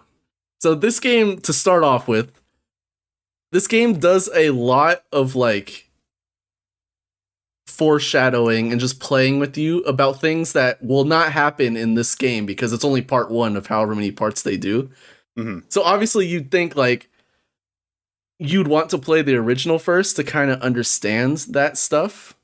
But I think as someone who is coming in to the game, that only like raised my like excitement and intrigue for the game and Final Fantasy VII as a whole even more, to a degree where like I don't know if I'd be as excited about this like weird like stuff they foreshadow and just like strangely put into places, because I'm like think like, was that in the original game? What is that new? What the hell is this guy talking about? And I don't know, it just added my excitement. And just as a game as a whole, like I have no nostalgia for Final Fantasy VII, but I have like weird like nostalgia for, I guess, like the characters Cloud and Tifa and Sephiroth, because they're just like ingrained into gaming lexicon. Really, they're just like they're just a part of gaming culture. So I kind of fucked with those guys, I guess. But like for a JRPG, I guess ish, it's not like a Xenoblade type JRPG by any means. It's way more like linear and compact, but every JRPG, I think, has like bad dialogue and just like the stories, the characters are just shallow. I think like It's like the power of friendship. We gotta defeat this guy. yeah. Well, like I will say, Care Bear tier. I will say I enjoyed like Xenoblade Chronicle 2's like characters and stuff. I don't think those characters can hold a candle to like the characters of Final Fantasy VII Remake. Whoever like wrote this freaking dialogue and all the nuances and like how they're actual human beings needs an award, because it's actually insane. And it's weird because I think the guy who was the main creative director of this is the same guy who does the Kingdom Hearts games, who are like atrociously like I've recently like kind of played through Kingdom Hearts 3, and like the dialogue in that game is unbearable. I can't believe people like actually can stand that game, just like the story of it. But this game, like the characters feel alive and nuanced, and they have a lot of issues. They're hesitant on a lot of like things about talking about that. They keep information from each other that you kind of pick up on. I don't know. I've just never had that in a game really, where everything's so nuanced and intriguing, because my first playthrough was initially like, I didn't know everything that was really going on and the foreshadowing that was happening. And then you just talk about the game itself, like the combat is the best RPG, like action combat I've ever played in a RPG, I guess. It's not as complicated as like a Xenoblade Chronicles 2, but it's more like to the kin of, I'd say, Bayonetta-ish. Like it's more action based. I'm not saying it's like Bayonetta, but it's more akin to it. And the fact that like a lot of these RPGs, like I played Final Fantasy 7 or Final Fantasy 15 before. It's like all these type of games, like Xenoblade 2, it's mostly just like you control one character and then like command your other characters to do things on the side. In this game, no, you have like equal control, and the only way to do well is to have equal control of all three characters, and all the combat is just so satisfying, and you kind of can only do well if you use all three characters. I mean, you can set up some as like supportish, but you really want to use all three. And especially I would recommend the PS5 version, because the combat is so much better in 60 FPS. It was like playing a new game when I recently played through it. Wait, it's only 60 FPS on the PlayStation? PlayStation 5, yeah. It was 30. What else would it be? It was, yeah. Oh, It it's was 30. Yeah, it was 30 on the What else would it be on PS4 the version. PlayStation? Wait. Fucking 240. And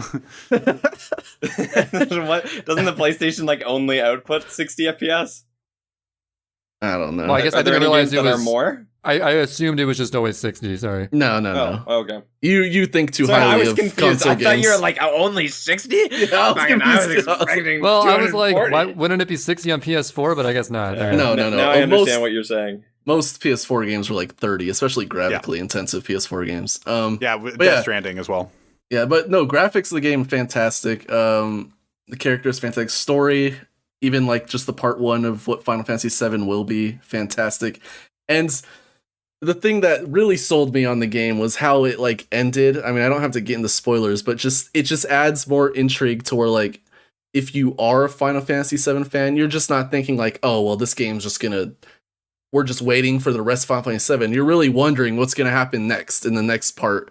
And it really kind of opens that just a nonstop discussion and whatnot. Yeah. I remember one of you guys talking about like how you'd listen to like hour long or long detailed analysis of games. Like I think I've watched like maybe 30 plus hours of like just Final Fantasy VII lore and analysis type videos. Just all I don't know. The game just like enthralled me completely with everything about it. And I think the most important thing how it did that is through the characters. I think the characters are just so good in my opinion. And to top it all off, like the combat can get better, but the DLC, which is a thing where you primarily play as Yuffie, the combat is like so much better. So it just like adds to that like excitement of how they can improve and whatnot in the future installments. And to just end it, like I thought about putting this game like around 2 or 3, but the only like thing that stopped me from that is they could still mess this up. Like if they mess up like part 2, part 3, part 17, whatever, long they go with it, this game will have a sour taste in my mouth. So I'm a little reserved on that, but for now, it's number 5 greatest game ever. The game makes me cry like 5 times through one playthrough. I've talked about this in another pod, but yeah, it's really good. Definitely selling me on this. I almost want to get a PS5 right now just to try it, but I'm still holding out like a little bit on the PS5, but I definitely want to pick this game up at some point. I remember when you were on for episode 5, we talked a lot about Final Fantasy VII, and I was the guy that watched the of me and Trey, who's going to watch an analysis of Final Fantasy VII Remake. But yeah, I remember watching it, and like I'm spoiled, but like it's very interesting to me to see what the story has become of the remake, and it's just an interesting way to take what a remake is and kind of flip it. Yeah, and is the remake not the same? Sorry, it's not as the okay, interesting. Not at all. Like obviously, like the combat and stuff is way different, and just like the story beats, it definitely like makes a big change that some people are upset about. I think those people are stupid. Because, like, why would you just want to play the same exact game again? But, like... Yeah, that's my attitude for remakes all the time, too. Yeah. So, and the last point is, the game isn't, like, a stupidly long RPG. It's perfectly, like, digestible. I completed probably everything in the game. Like, beat it twice, a couple times, collected everything. Did all the... I remember when I beat the last super boss... I was like, maybe it's probably like 120 hours for me to like complete everything. I just remember sitting there like for 30 minutes, just moving Cloud around, being like, but I want to play more. I was just sad that I had nothing else to do in the game. Too. So yeah, that's my 40-minute spiel of Final Fantasy VII Remake. On number 5. yeah, exactly. So I can't wait for 4 through 1. Those are going to be crazy. All right. My number 5, not Final Fantasy VII Remake. I don't think I've played through. Oh yeah, what's KO's? Have you heard of Final Fantasy VII Remake, KO? No. I've heard of Final Fantasy VII, not a Final Fantasy VII Remake. So this is going on the history books as the game I haven't heard of. Okay. So yeah. I'm not a Final Fantasy. The only Final Fantasy game I've ever attempted to play is Final Fantasy VI. Because everybody thought it was like the greatest, and or I remember one specific person being a huge fan of it. Maybe not everybody, obviously not everybody, but they were just like, "Oh, Final Fantasy VI is the greatest," and I played it for 20 minutes and put it down, threw up. But my Final Fantasy, number 5 is a game. Not Final Fantasy like, not turn-based at all. You were harkening back to Bayonetta when you were talking about Final Fantasy VII Remake, and I would describe this combat as very Bayonetta-esque with the combo system and everything that goes along with it, the different weapons you can choose. Maybe not hair-specific combat, maybe not a witch, but you do play as the spawn of the devil, or at least a demon, and DMC Devil May Cry is my number 5. I knew it was on there. You had this last minute, didn't you? No, it was on there the whole time. It barely moved while I was screwing around with it. But DMC Devil May Cry, not any of the chronological 1 through 5 DMCs, just the one-off that a lot of people that are fans of the 1 through 5 didn't like. And they just kind of reverted back to the original chronological DMC story because this was the pseudo reboot, the pseudo reboot, and I loved it. I thought it was great. It's one of my first stream games, actually. I think it's the first. It's not the first game I ever streamed, but it is one of the first games that I consistently streamed. Did you stream Mario Kart before that? It was Mario Kart 64, and then I think it was DMC, and then it was Sunshine. But yeah, DMC Devil May Cry, the combat system is so satisfying to get good at. I played hundreds of hours of it total. Like I bought it, I got it for free on PlayStation 3 with like what's the old, well, it's still a thing on PlayStation, the thing that you pay for every month and you get a free game or a free batch of games. In 2013 I got it for free and played it and kept playing it and kept playing it. I wouldn't be able to play it on PlayStation 3 now. I got all the achievements. Just all the weapons are so satisfying to combo with. Switching between them is very satisfying. You use the D-pad to scroll through each angel weapon and each demon weapon or each devil weapon. I can't remember if it's devil or demon. And the regular weapon or the pistols. And just with the D-pad as you're doing a move with whatever weapon, as you're comboing a guy to death, getting to sensational triple S combo tier and just destroying everybody, drawing in all the enemies. There are specific ways you have to treat certain enemies within the environment. It's just a very satisfying combo based game that I wouldn't think that I was like really into until I got into it 8 years ago, I guess. So since 8 years ago, I rebought it on the on the PC. I got all the achievements on it. I didn't the DLC didn't really vibe with me back in the day. It still doesn't vibe with me. I don't think I've beaten it, but I've never gotten all the achievements. But Virgil's Downfall is the DLC. But yeah, Poor Virgil.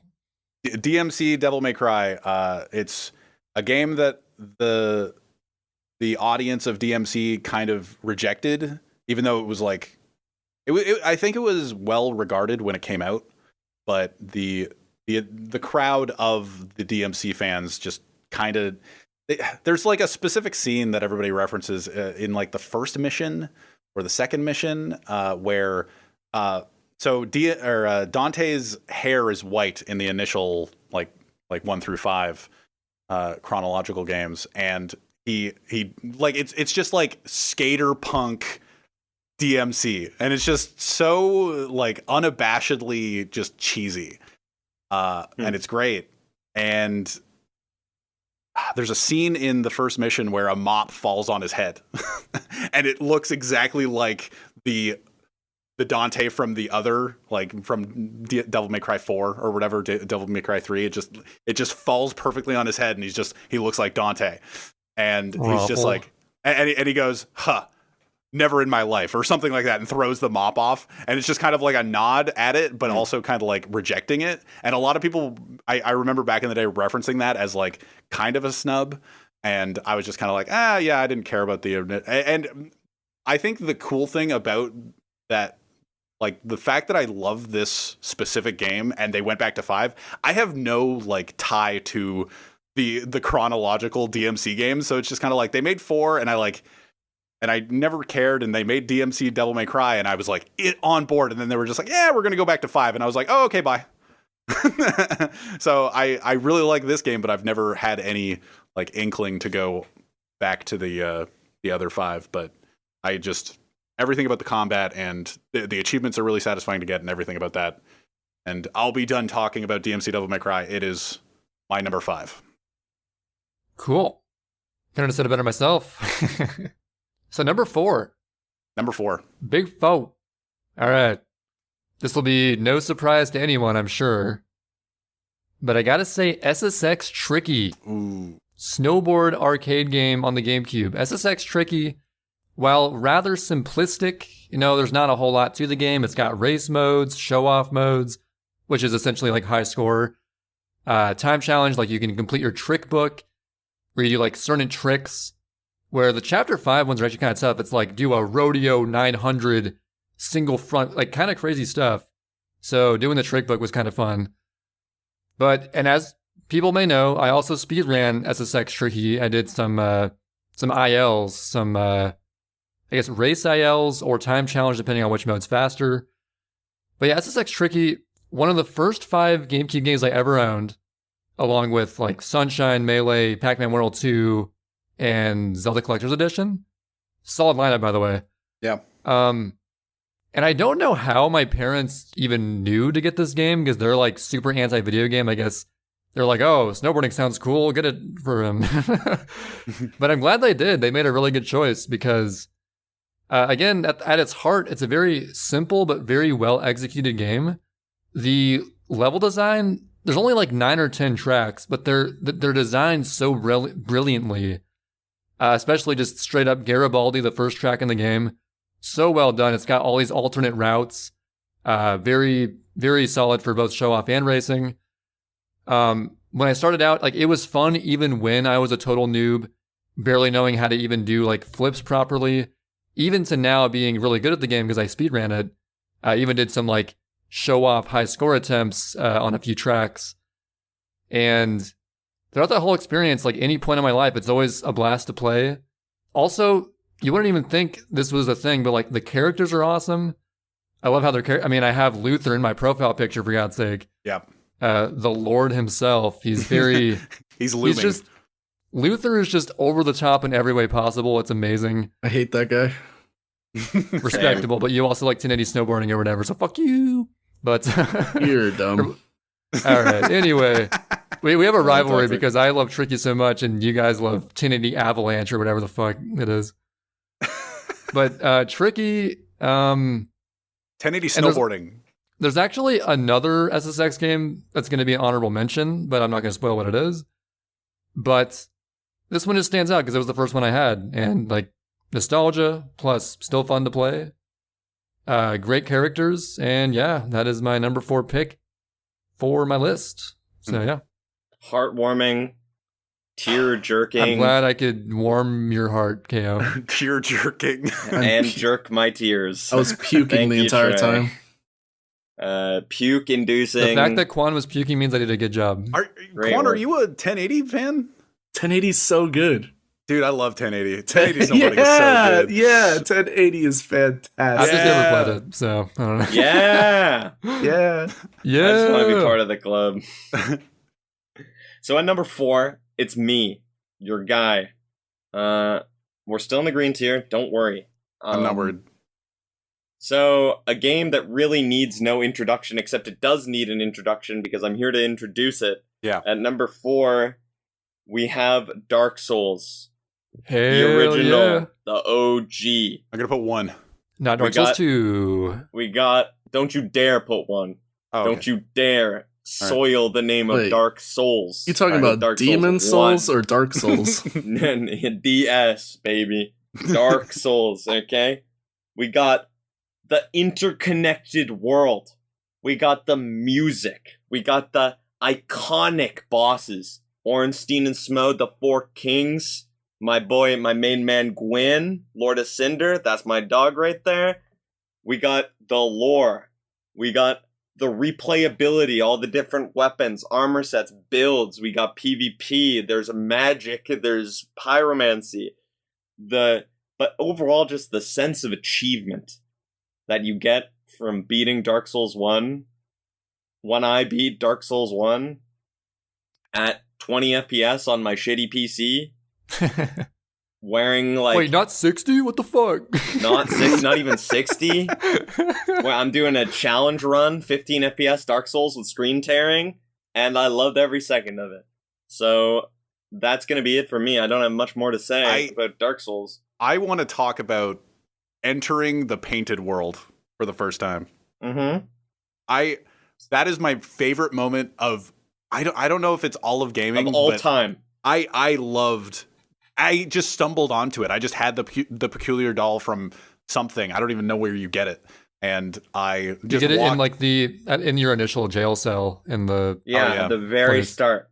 Yeah. And I remember just walking up to the painting for like not prompted by anything, just kind of exploring the world at some point, and with my giant pig helmet on, and because I used that helmet, and I just walked up to it and it said press A, and I was like, oh, okay.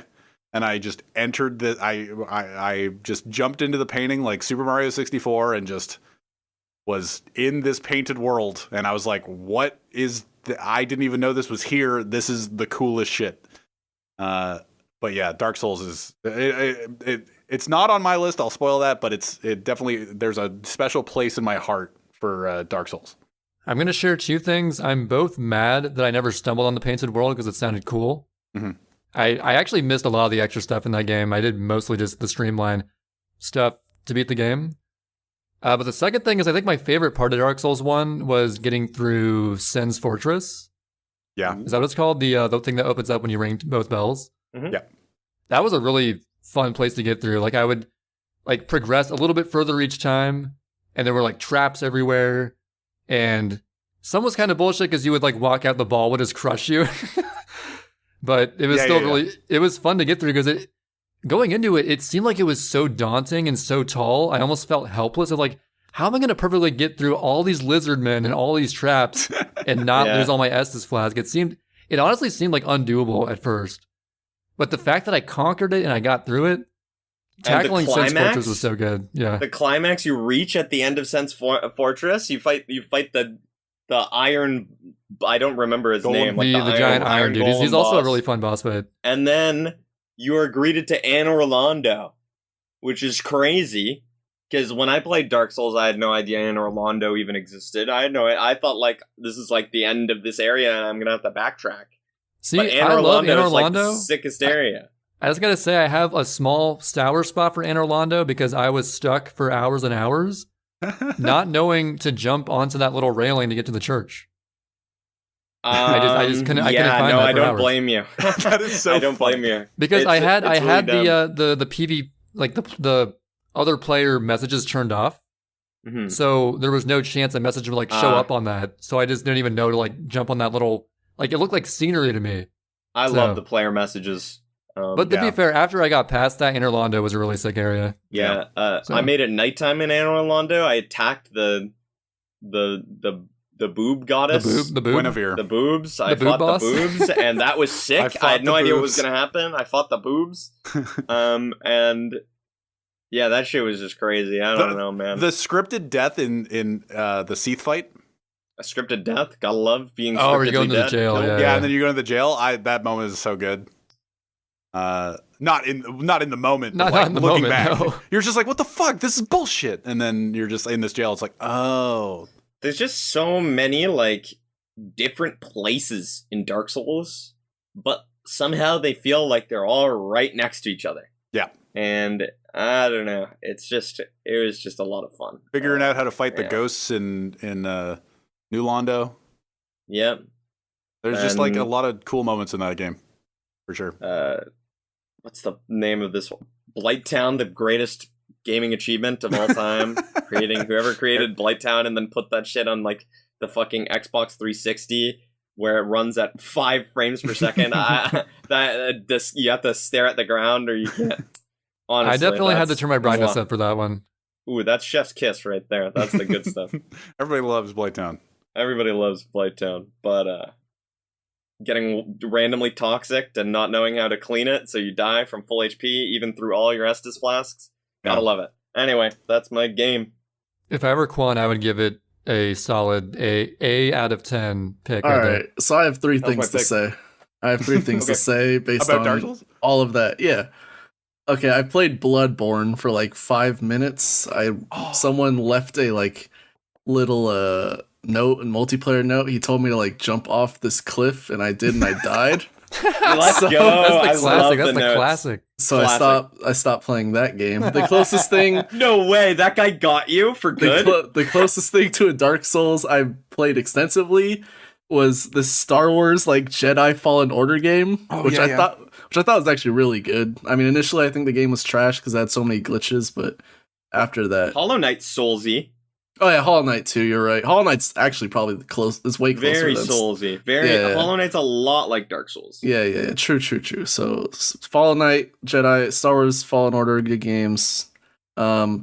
You got 2 more But things I to gotta say? ask, is Dark Souls 1 the game where you fight both the big baby and the tall guy at Yes, the same yes. time? Yeah, the big baby and the tall guy. Those are my guys. Oh. It took me an unbelievable length of time to beat that boss. Because when I played Dark Souls, the upgrade system in the original Dark Souls is like needlessly convoluted for upgrading like your weapons and armor. Even like the leveling's very strange. But like I just built my character and I built them bad, real bad. I went down some very poor item leveling choices, and I ended up dealing very little damage to enemies. I was like medium rolling. It was not great, but yeah, O&S kicked my ass. SidNTrey, you guys know Kung Fu Fruit Cup, right? Apparently, she beat that boss like first try or something. It blew everyone's mind. I think that's funny. Oh yeah, you told me about that. That's crazy. Yeah, that's nuts. But yeah, I think that those guys are pretty cool. So respectable choice, I'll say. KO. Yeah, I'll give it to you. Fucked me I'll up. give it to you only because the big baby and the tall guy. All right. Thank you. Number 4 for me. All right, I guess my list does have tiers because I will say top 4 kind of like the big 4. I will definitely. Is it green? No, it's gold. So this is the big 4. I don't have to really say a lot about these games, honestly, but number 4 to me is Melee, Super Smash Brothers Melee. And as a little tack on, I guess I will add like Ultimate and like PM and Brawl because like of all the like great memories I had like with friends. Games.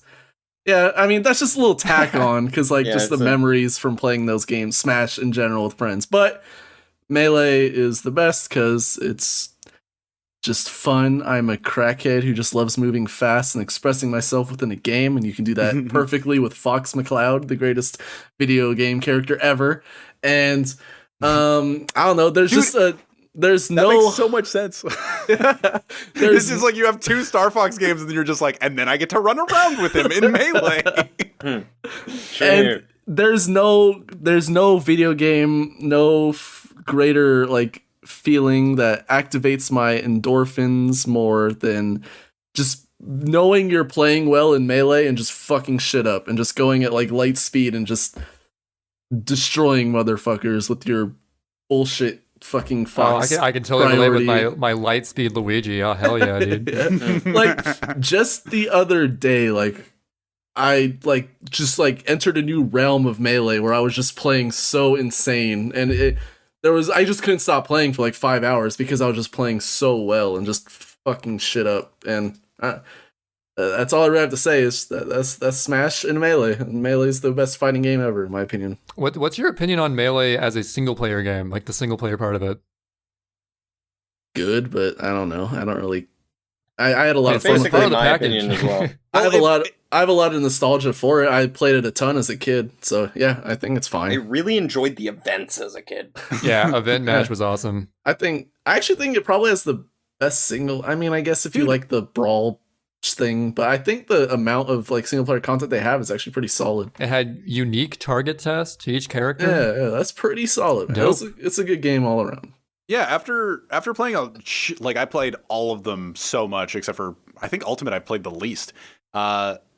Smash 64 with my cousin when I was a kid. When Melee came out, I was obsessed with adventure mode. It's really good. Like the Zelda level, and you had to look for the sword, and if you found the wrong room, you had to fight a Link. And it's just like, I don't know. As a kid, I was just like, this is actually really cool. Just that just that short little adventure mode they have, I think, is so much better than whatever the hell in the World of Light garbage that is. It's just it's actually so much worse. Yeah, it's so bad. But Melee 4. Melee 4. Melee 4. And I'll also add that Melee and Sunshine are probably the 2 games I have the most hours in by far. I don't know which one's more, but they're definitely like, it's those 2 like way above, and then like the rest are down there. Melee's definitely my number 1 as well. Yeah, for I can't even like comprehend the amount of hours I played Melee and Sunshine, I guess. I think mine is Sunshine for sure. Like my Sunshine, and then like down the list, but like still at 1,600 hours is Rocket League. Oh my god. Yeah. That's a lot. Mine is Sunshine, and the rest is not even close. Dota What- 2's pretty disgusting for me, I'm not gonna lie. But What did you say, Trey? I missed yours. I said mine was Sunshine. The rest is not even close. yeah. Oh, not even close. Well, I'm at my number 4, and like Quan, I agree with him. My top 4 is just like chef's kiss, like Kao would say. These are I would say that. These are the 4. I kind of cheated, but I feel like everybody's like kind of cheating somewhere. Like Rock Band 2, like my choice is basically all of Rock Oh, Band. I haven't cheated yet. Come on now. You haven't Making the cheated tiers have colors, that's cheating. All right. Yeah, I don't have a tier list. God damn it. Quan picked Super Smash Brothers essentially, but mostly Melee. I pick for my number 4, basically the level up for Resident Evil 4 for me. This is the next iteration of it that I got obsessed with, and I've talked about many times on the podcast. Dead Space 1 and 2, I'm going to put at number 4. I had them both as different tiers. I actually had Dead Space 2 at number 1 at some point, but after editing the list a while, I actually just brought it down and made Dead Space 1 and 2 its own thing. Like it has its own story that bleeds to the next one. I think Dead Space 2 is better overall. As like just story wise, but the ambiance of Dead Space 1, the Ishimura ship, like Dead Space, it's just like Resident Evil 4. It's just like a tank controlled, just shooter, over the shoulder shooter. But the way there's no on screen information. Like there's no heads up display. That's what I'm going for. There's just on the back, on Isaac Clarke's spine, you see his health bar, and it goes down as he lowers his health, obviously.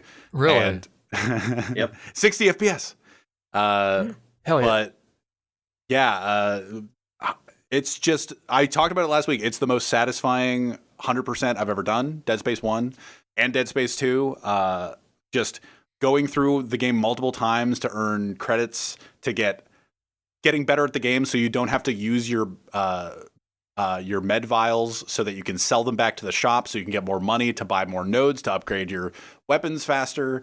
Because each individual piece of upgrading your equipment is a node, which is 10,000 credits, which sounds like a lot, but if you don't use your 3-piece, there's like the small vial and then the double vial and then the 3-pack of med that just fills your entire health bar. If you don't have to use any of it and you can sell it right back, the 3 vial is super valuable.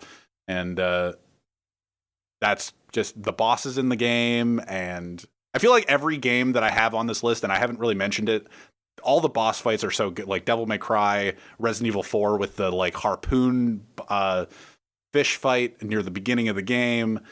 But Dead Space, it is very, they just like shoot the glowing bits, but it's so satisfying, like with all the different weapons that are in the game and the different ways you have to kill, like same with Devil May Cry, the different ways you have to kill the different enemies in the environment, and like the things you have to aim for. You have to cut off the limbs instead of going for the head. Very different from other games. You can actually, in Dead Space 2, you can use the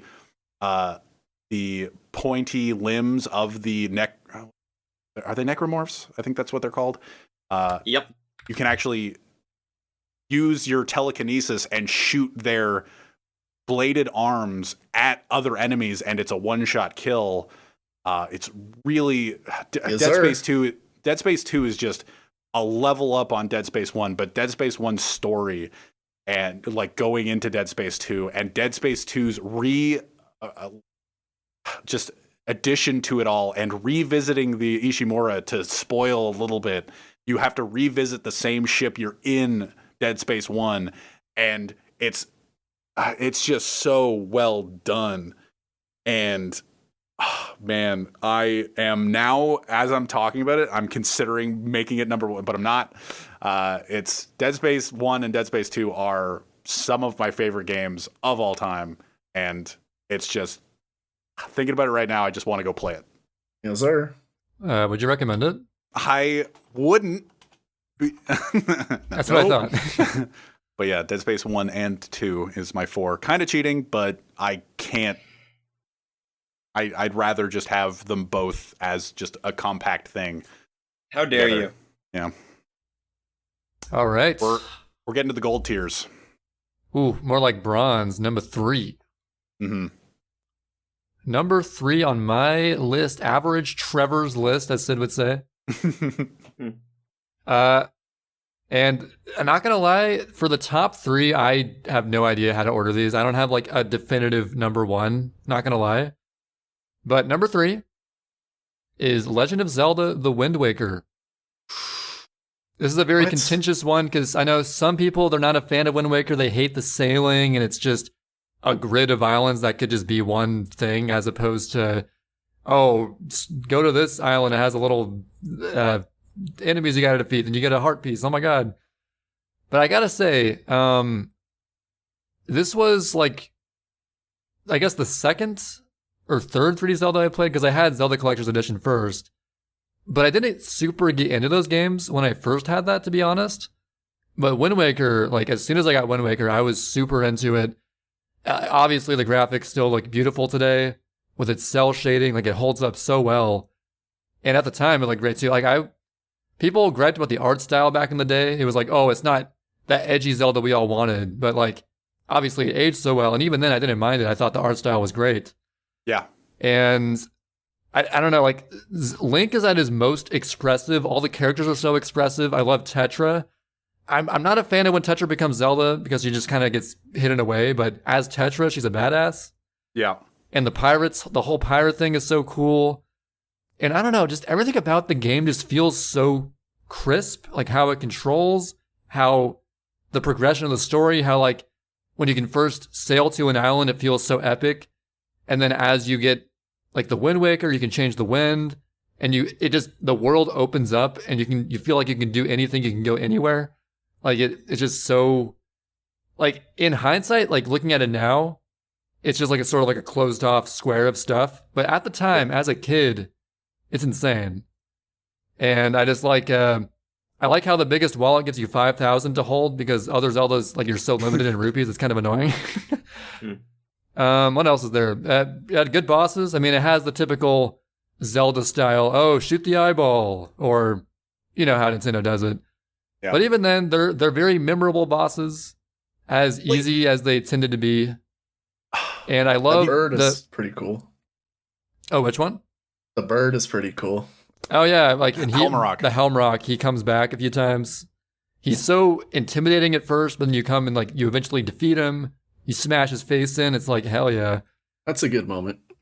And the whole, like, going back underneath the sea to, like, the black and white Hyrule thing, and it getting colorized, and you're, like, in Hyrule Castle, like, defeating all these bad dudes, it's so much fun. And I think my favorite temple might have been, the Earth Temple? Like, the one where you have Medley and stuff. That was a really good temple. Like it had like the mirror shield. You could like reflect light off of mirrors and shit. And it had interesting enemies that were interesting, as I said. God, those purple hands though, in those like in those the floor dungeons. Masters. Yeah, in the dungeons where you have the partner for the whole time and those. Oh, dude, especially with Makar, they always steal Makar. God, so frustrating on my first playthrough. But yeah, it's a game that kind of like Kao said, I don't know if I would have much fun going back to it right now, but it's the nostalgia boner factor. I also have good memories playing it with my brother. I played it with a good friend of mine growing up from grade school. I remember like playing through his copy of the game, being like halfway done with it. We had a good time together doing that. Mm-hmm. And yeah, it was, I never 100%ed it because I never looked up guides and stuff. And honestly, with Zelda games, you almost have to unless you're a madman like Sid. But yeah, Wind Waker, solid game. That's all I got to say. So you said the expressive characters in that game. I think a really important thing is to note how expressive the enemies are. The nene. No, they're pretty expressive. Not those guys. But like the moblins and the how interesting. Like we've talked about Luigi's Mansion 3 and like the just the basic enemies being so expressive and just flexible within that game, like the shark emulating one in the basement level. But like the moblins in did Wind Waker come out? I believe it was 2003. 2003. Just like how expressive like when they're hanging from the ledge and they're just like screaming for their life and they're just like panicking. It's so cool that much details in that game. And it was a huge step going from like Majora's Mask to that. It was just so fluid. Mm-hmm. Yeah, it really felt like the the future of gaming was here. So yeah, Wind Waker's a sick pick. I really enjoyed Wind Waker as a kid. I never beat it though, because I got to the black and white Hyrule Castle, but I could not figure out how to actually beat the game as a kid. Too young and dumb. Fair enough. I had a lot of games like that. Yeah. That's how it goes. Yeah, I've been there. But very good game. For my number 3, however, we aren't switching tiers. We're staying on green. Mm-hmm. And I've cheated here as well, but I'm unapologetic about it. I have cheated and placed in one slot the Hotline Miami series. My brother loved those games. Hotline Miami 1 and 2 are some of the best games I've ever played.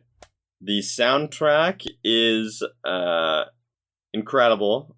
Probably the best soundtrack out of any of the games that I've listed so far, which many of them have very good soundtracks.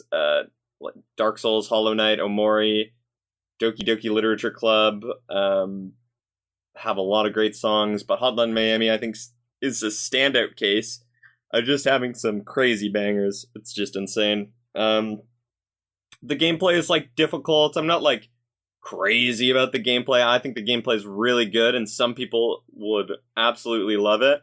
But to me, I really, really enjoyed the story, and Hotline Miami is also a very challenging game. Especially Hotline Miami 2. They're very challenging games, and it's really nice to be rewarded after like completing a mission with like an interesting piece of story. And the story and plot in Hotline Miami is just awesome. The characters are just awesome. The masks, make all the characters really, really iconic. And yeah, I just fucking love those games.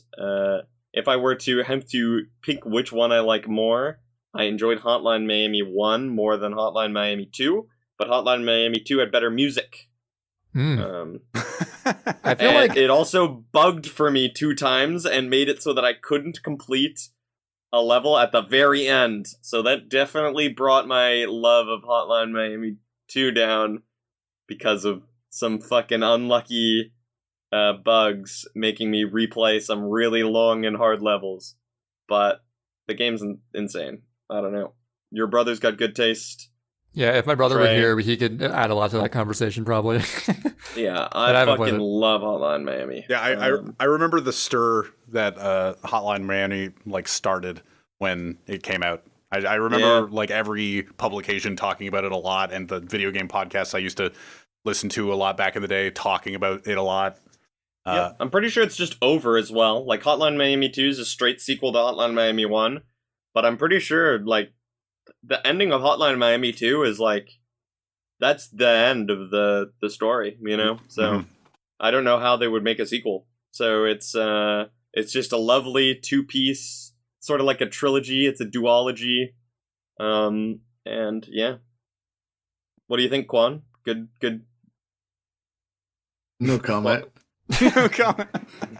All right. Oh, my number 3. Well, love to hear it. I don't know, Super Mario 64, I guess. All right. That's a game. All right. It's the best Sid? platformer. Sid. It's the best platformer ever. It's not even close to, in my opinion, best 2D. I mean, not 2D, but obviously, like, it's better than any 2D platform I ever played. It's the best 3D platformer by far. I was expecting 3D World, to be honest. You're tripping. But Yeah, me too. But you just like it from a speedrun sense, right? yeah, we'll talk about that later, I Okay. guess. I don't know. I grew up with it like through my daycare, and then when I finally got Nintendo 64, which was actually after I got a GameCube, played it a lot. I don't know. I think people who think it ages poorly is stupid. They're insane. They're absolutely I don't they're know. idiotic. It's got 60 FPS. true. Mario 64 I think- aged so well. I don't think any game encompasses freedom quite as well as that game. Freedom while also like not like trying to oversell the fact that it's such a free game and open game. There's really not much to say. It's just Super Mario 64. I can like legit. I played it so much to the point where like I can get all 120 stars in 4 hours. Like just kind of casually playing some speedrunish stuff, I guess. But every time I do play it for 4 hours and get 120 stars, I'm having a lot of fun and I'm very happy. And that's really all I got to say. Yeah, I feel like Mario 64 is one of those games that you say and you can say like, yeah, my number 3 is Mario 64. All right, Sid, what's your number 3? And you don't really have to do anything more than that. I think a really interesting detail and about SM64 that not a lot of people talk about is that like last week we were talking about Sunshine. You have to watch the event cutscene when you enter an episode. There's none of that with Super Mario 64, and it doesn't need it. Because, like, all of the stars are actually so well named that you just kind of go like, oh, I have to explore this world for something that follows the directions of, I don't know, wall kicks will work. And it's just kind of like, the star is called wall kicks will work. Where am I going? And then you just kind of explore the level. Yeah. And that's a really cool detail that not a lot of people can, or not can appreciate, but do appreciate nowadays. For sure. I played Mario 64 for the first time on 3D All-Stars.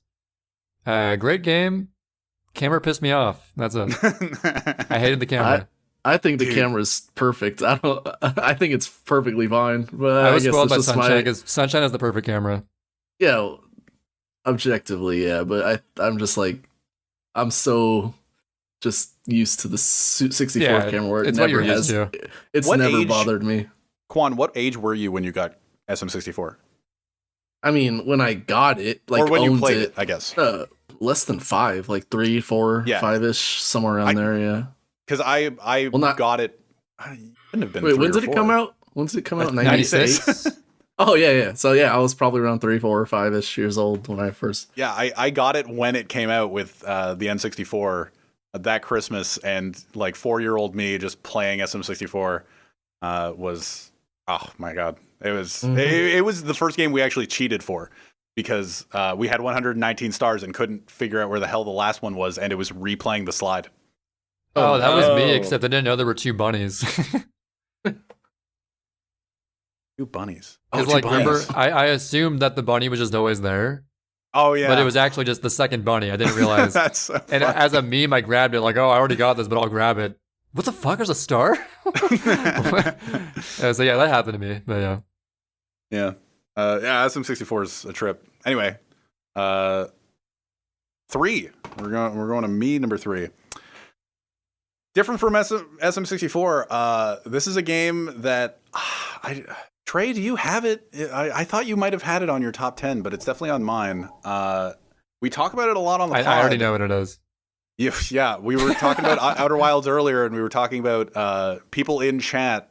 This is my favorite to watch casuals play. This is like when talking about Riven and Mist, this always comes up in the conversation. I had to willingly stop myself from talking about it while I was talking about Riven.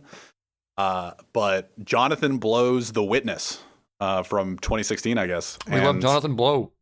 Good choice. I think this game is incredible.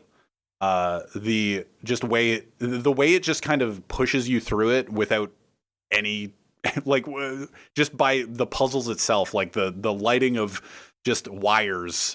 You just follow wires in the environment, or you just see a new, this town, I'm investigating it. Oh, I can't do anything here. You just kind of meander off to another area. You start doing these shadow-based puzzles or these apple in a tree-based puzzles, all these line puzzles, and just everything just flows so well in that game.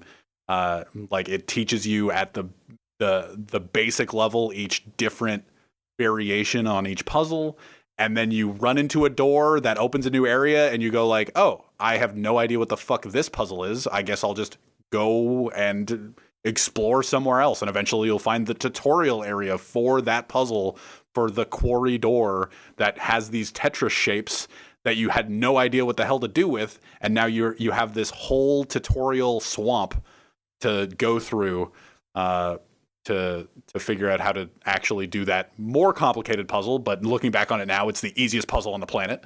But then there's the blue Tetris puzzle, and that's a whole new level. And then there's a blue Tetris puzzle. And it's supposed to take away from it. And it's just like different mechanic or different things within just simple line puzzles in this beautiful environment. Like same as Riven. Riven's environment is beautiful, and like for PC back in the day, it was definitely game changing. And then Witness is like every view you can take a screen grab and make it your desktop background, and like the secrets in the game, the sub puzzles, as it were, if anybody knows what I'm talking about, just like I do. Just the attention to detail within the entirety of that game is mind blowing.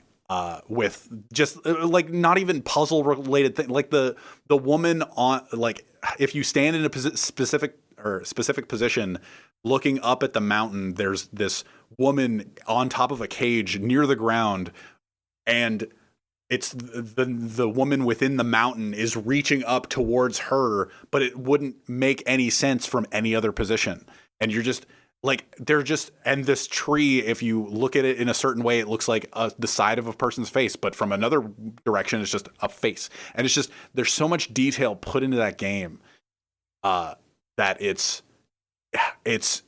just all the different puzzle mechanics and just line puzzles, and then the sub puzzles, and then the secrets within the sub puzzles, where it's just there's the secret ending that you can get if you commit time to the sub puzzles. And it's just, there's just so much to that game that I had to cheat for I 99.7%ed that game, but I could not find 3 of the sub puzzles, and I knew that 3 years after the game released, I was never going to find them, so I cheated to get them. And I mean, technically, those don't even count towards like the achievements, at least. Yeah. So like I say cheat, but like I don't feel like there's no part of me that regrets it. I'm just kind of like, yeah, I've experienced all this game. I've watched the videos. I think The Witness is just an incredible, the fact that it was free on Epic Games and not everybody got it is just so shameful. Like everybody should have gotten it. I don't know. I feel like I should have paid for it almost. It's so good. It's just everything. Okay, so I was torn not putting it in my top 10. I think because I knew you'd have it in your top 10. Mm-hmm. I was like, I'd rather put stuff like more from my childhood and stuff that means a lot to me. But The Witness, you could argue is a top 10 for me, but just like I put it in honorable mentions instead. Like you use the boat for some of the puzzles. Like it's just the whole world is just so well designed. I think attention to detail is like the best way to describe it. Like I think it has the most attention to detail of any game ever. Yeah, because there's like every little bit is there for a reason, and it looks so nice. And just figuring out all the puzzles together, and like and the reward of learning all the puzzle mechanics and then doing the tunnels at the very end. Yeah, the very final. Like the final challenge that's like not even part of the main game. Doing that was like really satisfying, and like it's like so intense when you're attempting it. Yeah, but once you finish it, you're just like, it's over. Yeah, and it feels so good. And I want another. Like I know we'll never get another The Witness probably, but like I respect Jonathan Blow so much, even from just that one game. I've never played Braid, but The Witness is just... Braid's also good. I played Braid. The Witness is just a masterpiece. Mm-hmm. And it's such a shame that people go into people's Twitch chat while they're playing it and spoil it. Yeah. I have never had... There it is. I have never had that moment to be like, I need to tell you... Like, I need to tell you how good it is, but I don't want to tell you how, like, I want you to figure it out on your own. I want you to feel the satisfaction that I do from playing this game through. It's just, I just want to experience. I want to watch people have that moment. I don't want to watch people get annoyed with chat, forcing them to have that moment. It's just like a weird thing. Yeah, but there it is. It just comes with the environment, I guess. But yeah, number 3, puzzle games. The Witness. The Witness. Wow. So good. Would you say that it had a massive effect on you? A massive effect than Mass Effect even. Double. Duo effect. There you go. Very cool. Stop saying there you go. Very cool. There it is. There you go. There it is. Very nice game choice by Sided Williams. Thank you. All right. We're in the number 2s. We're going to do number 2. And then we're going to do our honorable mentions, roundtable, like quick, or I guess quick, and then we'll do our number 1s. I just noticed that I was next. This is crazy. Yep. All right. Number 2, the silver tier for me. Going on normie tiers. Number 2 is Fire Emblem 3 Houses on the Nintendo Switch. Oh. Sid does not sound happy about that. Ugh. And everyone is pissed off about that. No, right. I agree. I had a you know? Yeah, that makes sense. Okay. An agreeable Okay, so this is a game. The only reason I played this game is because Huff Your Puff asked me if I was going to get it. I was like, probably not. Then he was like, I think you think it's really good. Then I was like, okay, I'll get it.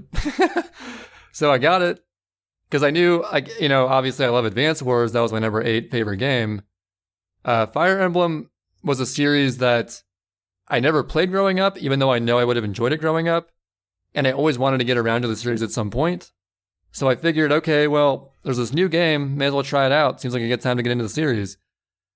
And boy, dude, as soon as I played this game, I was super hooked within like the first, I'll admit the first 5 or so hours, I was a bit weirded out. Like, okay, I guess I'm a professor and I'm talking to students and I'm like at the dining hall with students. It's kind of weird. But as it progressed a little bit further, I got super sucked into the strategy of it. And like, you're sort of optimizing how you go throughout your month. So every month there's like a battle at the end of the month, like story-wise. But you can choose various things throughout that month, such as explore the monastery or do like extra auxiliary battles and various things to level up your students, which are your units in the game, as well as the main character, Byleth, who is like the professor. And beyond just the typical Fire Emblem stuff of like, swords, axes, and lances, and all the fighting and the strategy and the grid-basedness, phenomenal voice acting. I'm the kind of person who I am very bad at remembering names in like anything, especially media. So the fact that within like one playthrough, I could pretty much already tell you the name of every single professor, every single student, and there are like dozens of students, and they're also memorable. I could tell you like all the names so fast. Really is a testament to how well the voice acting was done, how well like I shouldn't say like the main story has its flaws and kind of weird moments, especially in like the Crimson Flower pathway, which was kind of rushed, I think. But the first route that I chose, Azure Moon, the Blue Lions, like Dimitri was done so well, the lord of that route, and the story. I think that Blue Lions had the best story. I think I had a really good first choice. My one regret is that I played it on easy mode, and easy was like extremely easy. Yeah. Even though it was like my first Fire Emblem ever. So I figured like, okay, I'll try it on the easy difficulty. I should have started on hard, to be honest, but obviously I wouldn't have known that. But still, it was still really fun to go through. And there's so many support cutscenes between characters. It feels like a realistic, like all the characters sort of like belong in that environment, and they all like, you sort of get a feel for how they all interact with each other pretty well through the support cutscenes. And like they're all voice acted. Like there's so much voice acting in the game. It's crazy. It must have taken forever to do all those lines. What else is there? Like I don't know, just figuring, like getting in, it super got me into not just Fire Emblem as a series, but more into casual gaming. That was like my crossing from super focused on just speedrun stuff into, okay, maybe casual gaming is kind of cool actually. I'll go back into more casual stuff. that was the game that did it for me. I was like, okay, this is a revelation to me that games are awesome as they are, not just mindlessly doing it over and over again to get some amazing time or something. Yeah. And what else can I really say? I mean, The tea mini game. It has tea time. You gotta love tea time. You can marry someone at the end of the game. It's pretty insane. Hooking up with students, real cool. Whew, as you do. But yeah, I think I put like 300 hours into the game. I did 3 playthroughs, one of each difficulty. I did an entire maddening mode playthrough on stream, the whole thing streamed. I'm not usually one to enjoy streaming casual games, but I enjoyed that whole casual stream. Like I had really good chat interaction during it. Yeah. And Posy it was vibes. Yeah, really, really chill, posy vibes the whole way through. It was a lot of fun. Yeah, I really enjoyed watching you actually play Fire Emblem Three Houses. Oh, thank you. Yeah, it was a good time. Yeah, it was fun to figure out. There were some missions that like genuinely, with my current student layout, felt almost impossible, but like somehow I made it work. And it's just like, you figure out little things like, okay, if I add on these like little special characteristics and support these two together, I get this much avoid. I can probably avoid this attack and then counterattack. There's honestly like way too much to get into, but it's a super deep game. And especially playing on maddening, I learned so much about it and had a really good time. And it's number 2 for a reason. So 3 houses. There you go. Not surprised. Cool. Thumbs up. You knew it was coming. I knew it was coming. Awesome. Well, you love it. What are other things that I say over and over again? There it is. There you it go. is. There you There you go, Studded Williams. This one's in the green tier. This one's in the green tier. Silver, big silver. Silver tier. So we're moving on to me. I got my number 2 coming up. This one, it's begrudging. I've got some haters. Not gonna like this one. But at number 2 in the S tier. Okay. Now I'm pissed. We are moving on to Terraria. Ooh. Yeah, we didn't really give it much of a chance. Yeah. Ooh. What? Terraria. Better than Juan says wait. Better than Minecraft? It's way better than Minecraft. That's just not true. Promise it's good. That's just not true at all. I promise it's really good. But it's 2D. swear It to takes God. 2/3 the skill. No, it's good. I 2/3 the skill. promise. It does take 2/3 the skill, but that doesn't make it any less bad. Wait, more bad. Wait, it's good.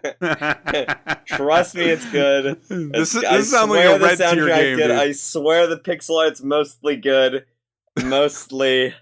I love the exploration and the learning about things. You just have to have a curious mind, realistically speaking. If you don't have a curious mind, you're not an intellectual, Terraria, it's kind of hard to enjoy.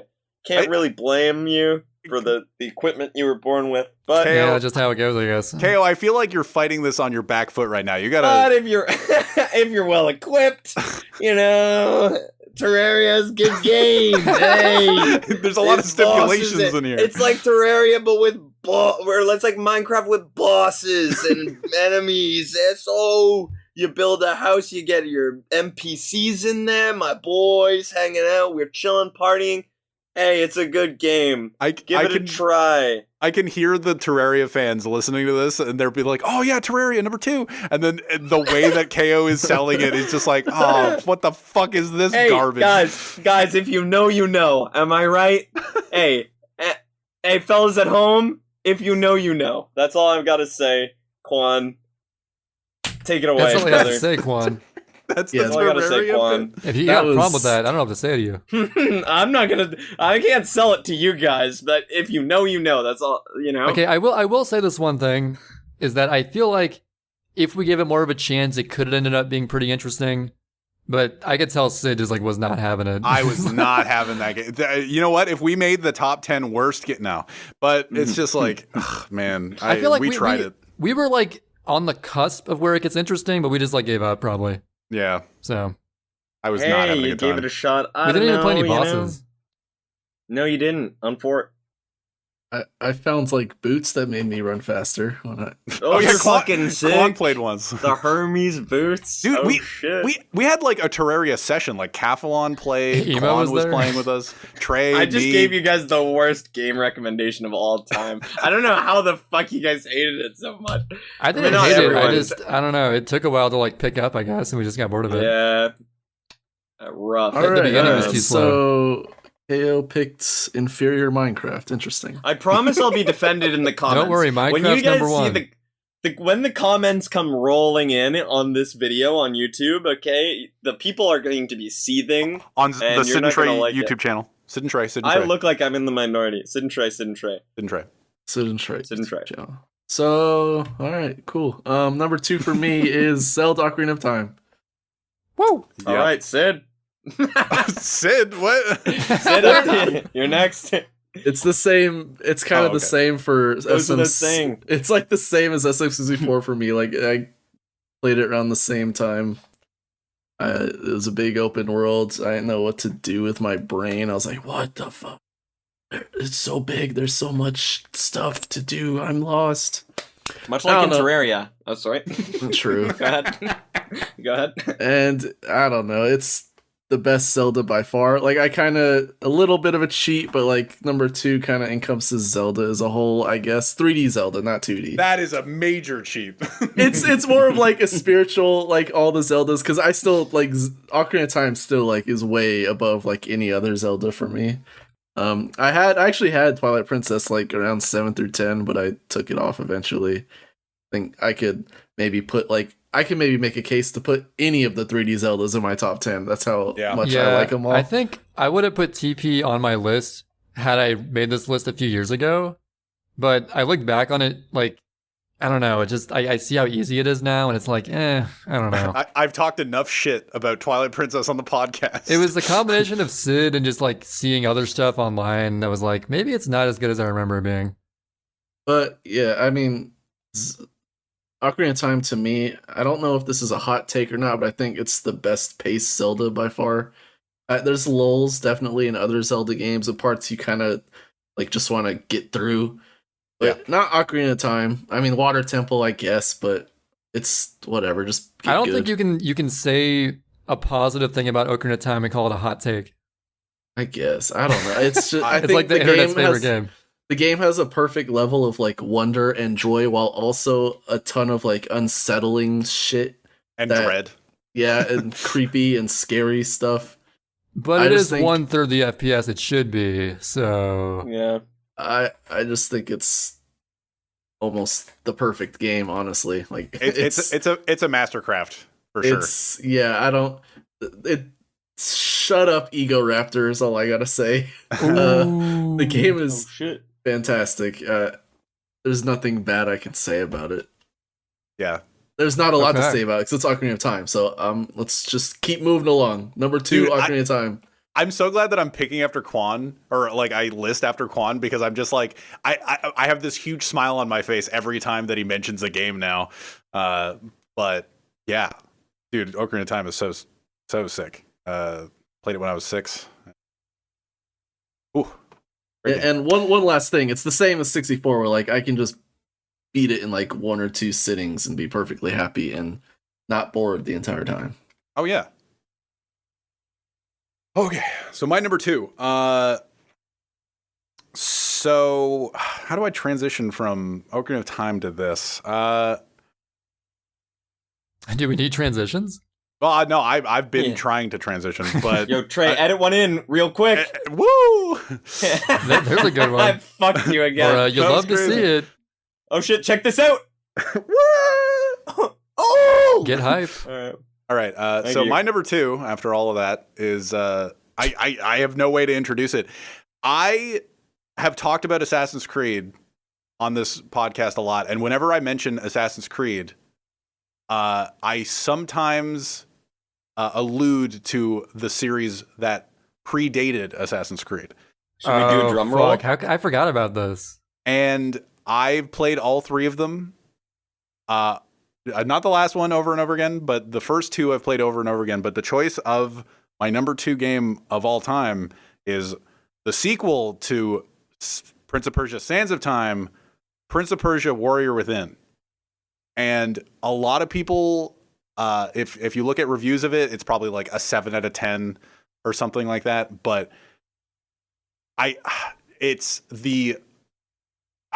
don't know. It just came out at the right time for me, I guess. It was so edgy, and it like DMC Devil May Cry and Prince of Persia: Warrior Within have that like edgy tone to it.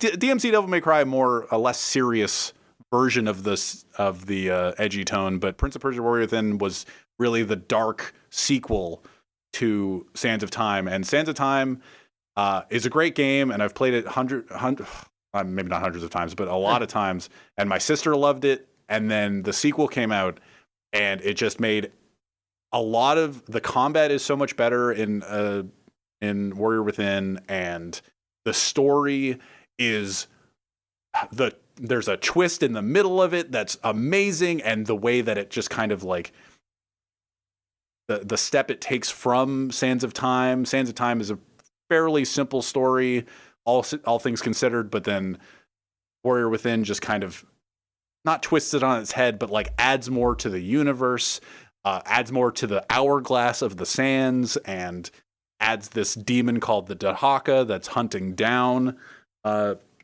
not up the prince.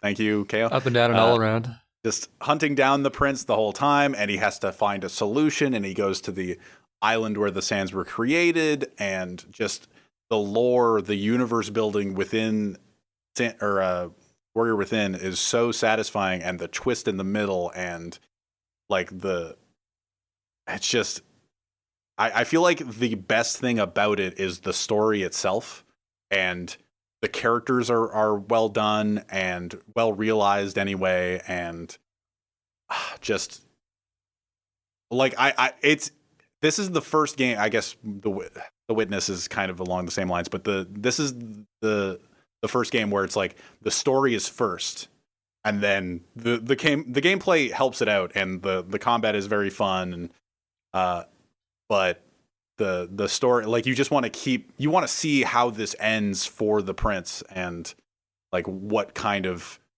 life he can actually lead after such an event. Like it's just what happens after Sands of Time.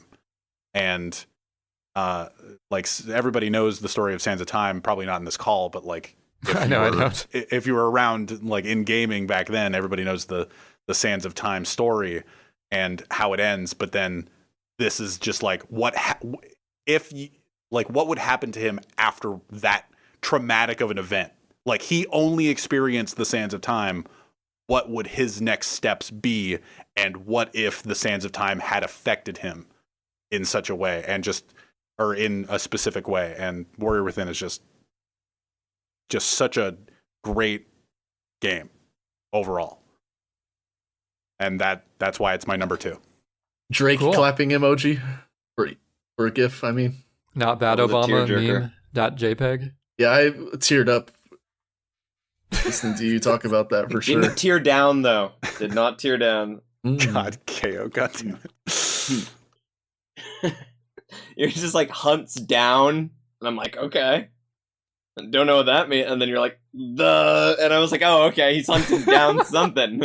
Yeah, hunting down the I prince. thought it was just hunting down. He's It was hunted hunted down, down. yo. He hunts down. Okay, this is where we go through our honorable mentions. We're That's true. all completed our silver medal of our top 10 games of all time. Now we Yep. have to go. I don't know how long our lists are. Like, I don't know if people want to go into any specific games, but like honorable mentions, this is where we flood them out. Yeah, Go, it's go, go, mostly go, going to go. be like a If you guys lightning. want to, Okay, go ahead. we I don't know. Maybe we should just like, you could give. I've got quite a few. But I'm gonna lightning through them. Like I'm just gonna start listing them. Yeah, I was off going to and, say Yeah, lightning yeah. round a little bit. I've sure. trimmed this list down. Most of these games. So for my list of honorable mentions, I tried to limit them down to games that, because I could just say good games for so long, like games that I think are really good, or that I really enjoyed at some point in my life. But I wanted, would like to suggest something. As you list them, like, have a space of time so that people can just, like anybody else. yeah. Yeah. So for my list, I wanted to limit it to games that I, at some point in my life, have considered to be my favorite game. Okay. The game that I enjoyed the most for a period of time. Maybe they would never be number one on my top 10 games of all time list, but at some point, this game was the bop. Okay? Yeah. So I don't know, should I start by I thought it was my some, turn. or like how do we start with Trey? I don't know. Sitting there like, I thought I was gonna go next. What the hell is this? You said lightning round. Wait, why does you starting give his lightning round? Because I wanted to say things, okay? I You know what'd appreciate be the cool? things he said. You say things then, he was right? word vomiting during my Prince of Persia speech. That's what I always do. Not down or not up. All right, Obviously, he wants to talk. Since Trey wants to go so badly, Trey, what are Oh, your I'm honorable sorry. mentions? I didn't realize we were changing the whole order for this part. Jeez. I don't know. All right, I guess I'll start because I'm so insane. I guess. Sure. All right, here we go. You don't have to. Here we go. we go. Super Mario Sunshine. That's Among That's on my Us. list. That's on mine That's now. just silly. I just picture this being so funny. I'm like, Super Mario Sunshine. Amogus. Amogus is on my list. Amogus? Really? Amogus is on my list. Let me Oh, explain. interesting. Amogus made me feel emotions no other game made me feel. All right. Yeah, that's true. Anger. You the intensity of being the imposter and as Mimi, it's a big meme. I don't give a fuck. Being the imposter, that is a feeling that no other game can emulate. I don't care what you say. It's crazy. So yeah, Amogus. And then we got Mario Kart DS, my favorite Mario Kart casually. Yeah. Mhm. And then, Not on mine. 2, 3 Zeldas didn't quite make the cut. Maybe I left them off for like variety's sake, or maybe they do belong in the top 10. I don't know. I put Twilight Princess, and this is kind of a cheaty cop-out game, but collector's edition, because that game has Ocarina of Time, Majora's Mask, Zelda 1, Zelda 2, and a 20-minute Wind Waker demo all in one game. No way. It's pretty insane. That's one of the first 5 games I ever owned on the GameCube, and it's quite the collection. Twilight Princess, not on my HMs, I just want to say, but it was my favorite game at one point. Loved Twilight Yeah, Princess. as a TP kid. is like one of my top 5 nostalgia boner games, but it doesn't Yeah. hold up so well, so I kind of Yeah. resorted to honorary mentions. Yep. And then the original BioShock. Mm-hmm. Anyone? No. Anyone?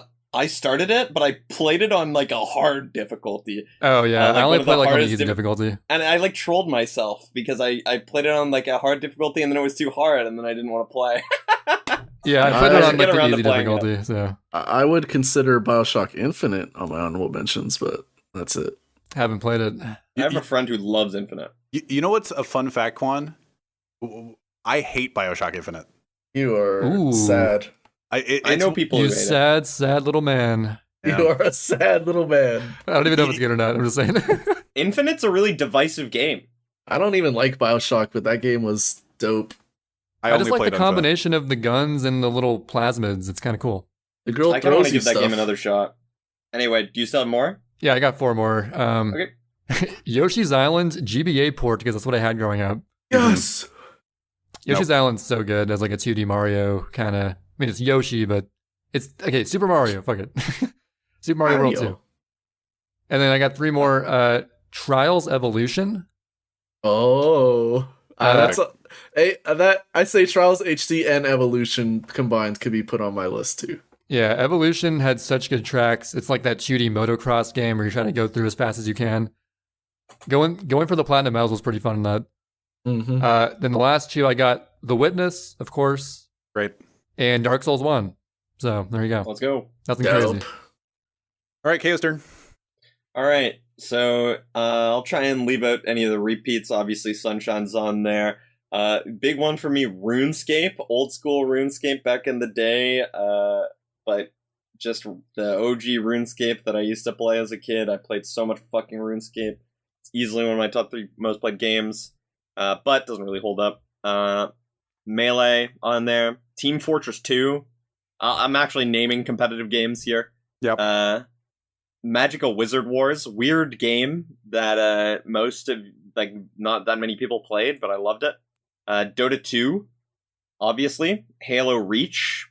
Loved Halo Reach. I never really played Halo 3, so Halo Reach was like my introduction. Ooh, I like to the 3 more than genre. Reach, but yeah. Yeah, I kind of got introduced on Reach, so Reach was really fun though. Mario Kart Wii. Loved Mario Kart Wii. Also had Mario Kart Double Dash and on the DS, but I played the most. I played a lot of all of them, but Mario Kart Wii was the one I played the most and enjoyed the most. Hearthstone, just a classic. Like Hearthstone is like a game that's like not that good and never really was that good, but like it's so chill, man, so chill. Binding of Isaac, in particular Rebirth, but I played the original as well. Binding of Isaac's great. Tribes Ascend was really, really fun by High Res until they abandoned it for Smite. Pokemon Rangers. I just wanted to put in Pokemon Rangers because that game's sick, and I was thinking of Pokemon. I'm like, man, I love Pokemon so much, but Pokemon games don't really hold up to me anymore. But Pokemon Rangers is kind of different. It's very different from a standard Pokemon game, and I really liked it. Yes, sir. And then the last one on here. Wait, do you like Pokemon Rangers? Yeah, this shit is fire. Let's You're go, asking Quan if he likes a dude. Pokemon game? Shit Oh is my God. fire. Pokemon Rangers is fire. That shit's sick. Shit is It's like a flames. Pokemon game that actually, to me, it's like the only Pokemon game that like I feel like still holds up. I don't know, because it's actually like hard sometimes. I don't know, in an interesting way. Then I got Brawl on here because Brawl was sick. Played so much Brawl with my friends, and the story mode was cool. Really good story mode, yeah.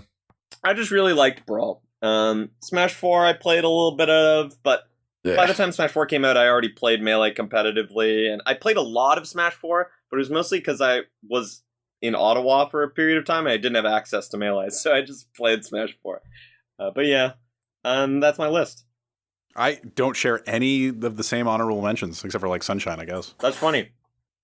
So, all right. My list is kind of big, but there are 3 games that I'm wait, really. Hold on, There are come on. What? Sorry. Do you want me to go first? Because I have a shorter list than you, probably. Sure, go ahead. Wait, like how many do you have? I mean, I was just gonna speed through them all, but like, Oh, okay. if you want to No, go first, okay. it's fine. No, it's fine. We can't ruin the keep same order. Sorry. There are 3 games that I'm sad couldn't make my top 10. Those 3 are Yoshi's Island. It's the best 2D Hell platformer yeah. ever by far. I'm right there with you, buddy. Banjo-Kazooie, second best 3D platformer I'd say I ever played. Crazy game. And was really sad. what was the other one? There was a third.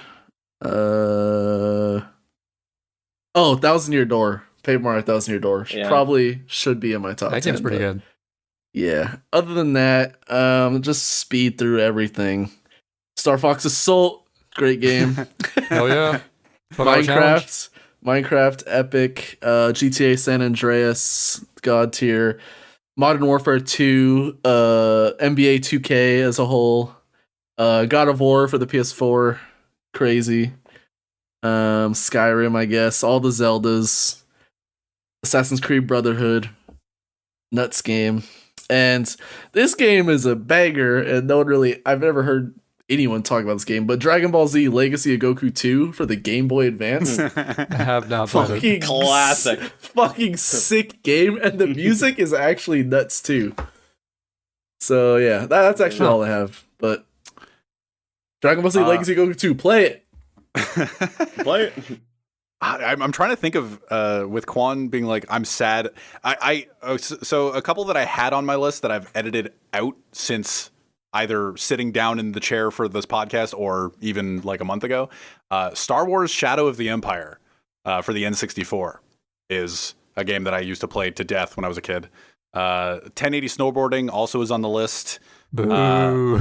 Great game. Assassin's Creed Brotherhood I had removed. That's crazy to me. I love Assassin's Creed Brotherhood. No, that's so crazy to me. It's not on your list, and I can't believe no one else had Sunshine on their list. I mean, I can understand with KO, but come on, guys. The thing about Sunshine I don't is that, get that. I feel like Sunshine it was on my list. Sunshine was on my list when I sat down, but like I feel like Sunshine is just this looming thing to me. It's not like I don't look at it as like a game. It's just kind of like a thing that I do and a hobby that I have. It's like the same sort of thing with me in competitive games. Why I took all the competitive games off my list. I'm the same way. And also, I feel like from a It's gotta casual have some points though for that. Like that's gotta still add a little. Like I tried to separate speed running from Sunshine, but still, like it was still the reason why it was on my top 10. I think, but I didn't want to look at it from only that aspect. Sunshine is only speedrunning to me. I never like if you just transplanted 2013 pre-summer me into this chair, like game wise, I would have no fondness of Sunshine. Galaxy is better in my brain. Okay. Sunshine is all speedrunning to me. That's fine, I guess. I just didn't expect Trey to not have it on his list. That's just crazy to me. I've got some good memories of Sunshine, but it just wasn't quite up there with my other nostalgia boner picks. Yeah. And I am fully aware that from like a level design standpoint, it's just so disappointing because like obviously the movement's so good, the mechanics are so good, but the levels, I don't know, they could be better.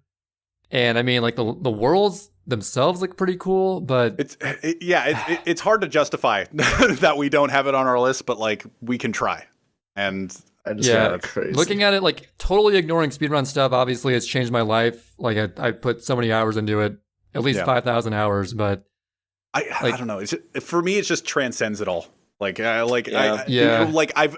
hate it, but I love it, and it's not my favorite. It's like transcended the category of video game. Yeah.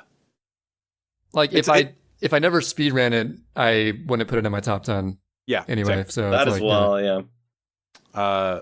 But yeah, so I'll continue mine. Prince of Persia: Sands of Time also could have been on the list.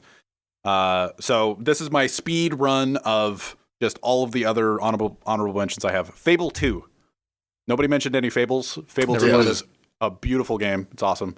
Left 4 Dead 2. I actually put it on the list because you said Portal 2. And Counter-Strike 1.6. I have so many fond memories with an old friend of mine playing that over and over again. Tetris 99.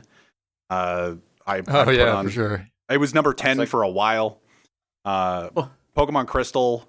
Waking up every morning and getting the apricots and making the balls with I can't remember what his name was, but every morning before school I would do that. Rocket League, I think it's the game I have the most hours in, other than Sunshine. Vanquish, recently played it. I was actually gonna start it on like super hard mode last night. Super great game. Ocarina of Time, obviously.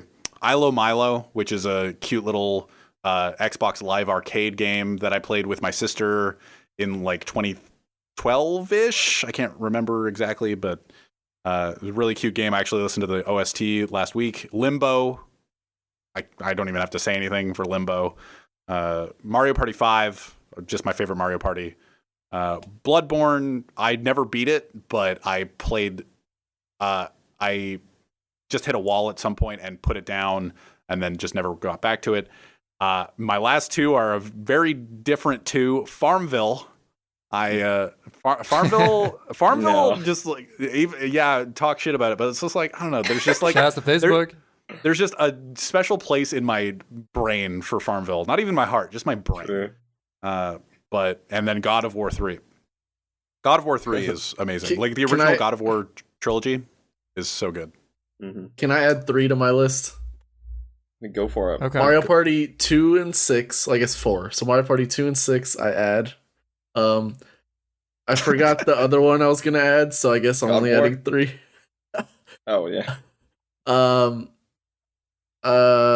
I'm gonna add Dragon Ball Z Dokkan Battle. I'm not explaining what that game is at all, but I'm just gonna put that on there. And go that one's going on there. Yeah, I'm not gonna tell you guys what that game is, but it's on my list, and that's it. Oh, I want to add another HM, as KO would put it. Assassin's Creed 1. I think Assassin's Creed 1 goes under the radar for like how not groundbreaking, but it is kind of groundbreaking. But it's so well put together, and the fact that they looked at it as kind of like a flaw and they took out all of the animus kind of like robot-y features in Assassin's Creed 2 is kind of sad, because if you go back to 1 after playing 2 or Brotherhood, it's just kind of really interesting how they integrate the voice of the animus really into the world and make it all kind of seem like this faux reality, and then just in 2 they just kind of dropped it.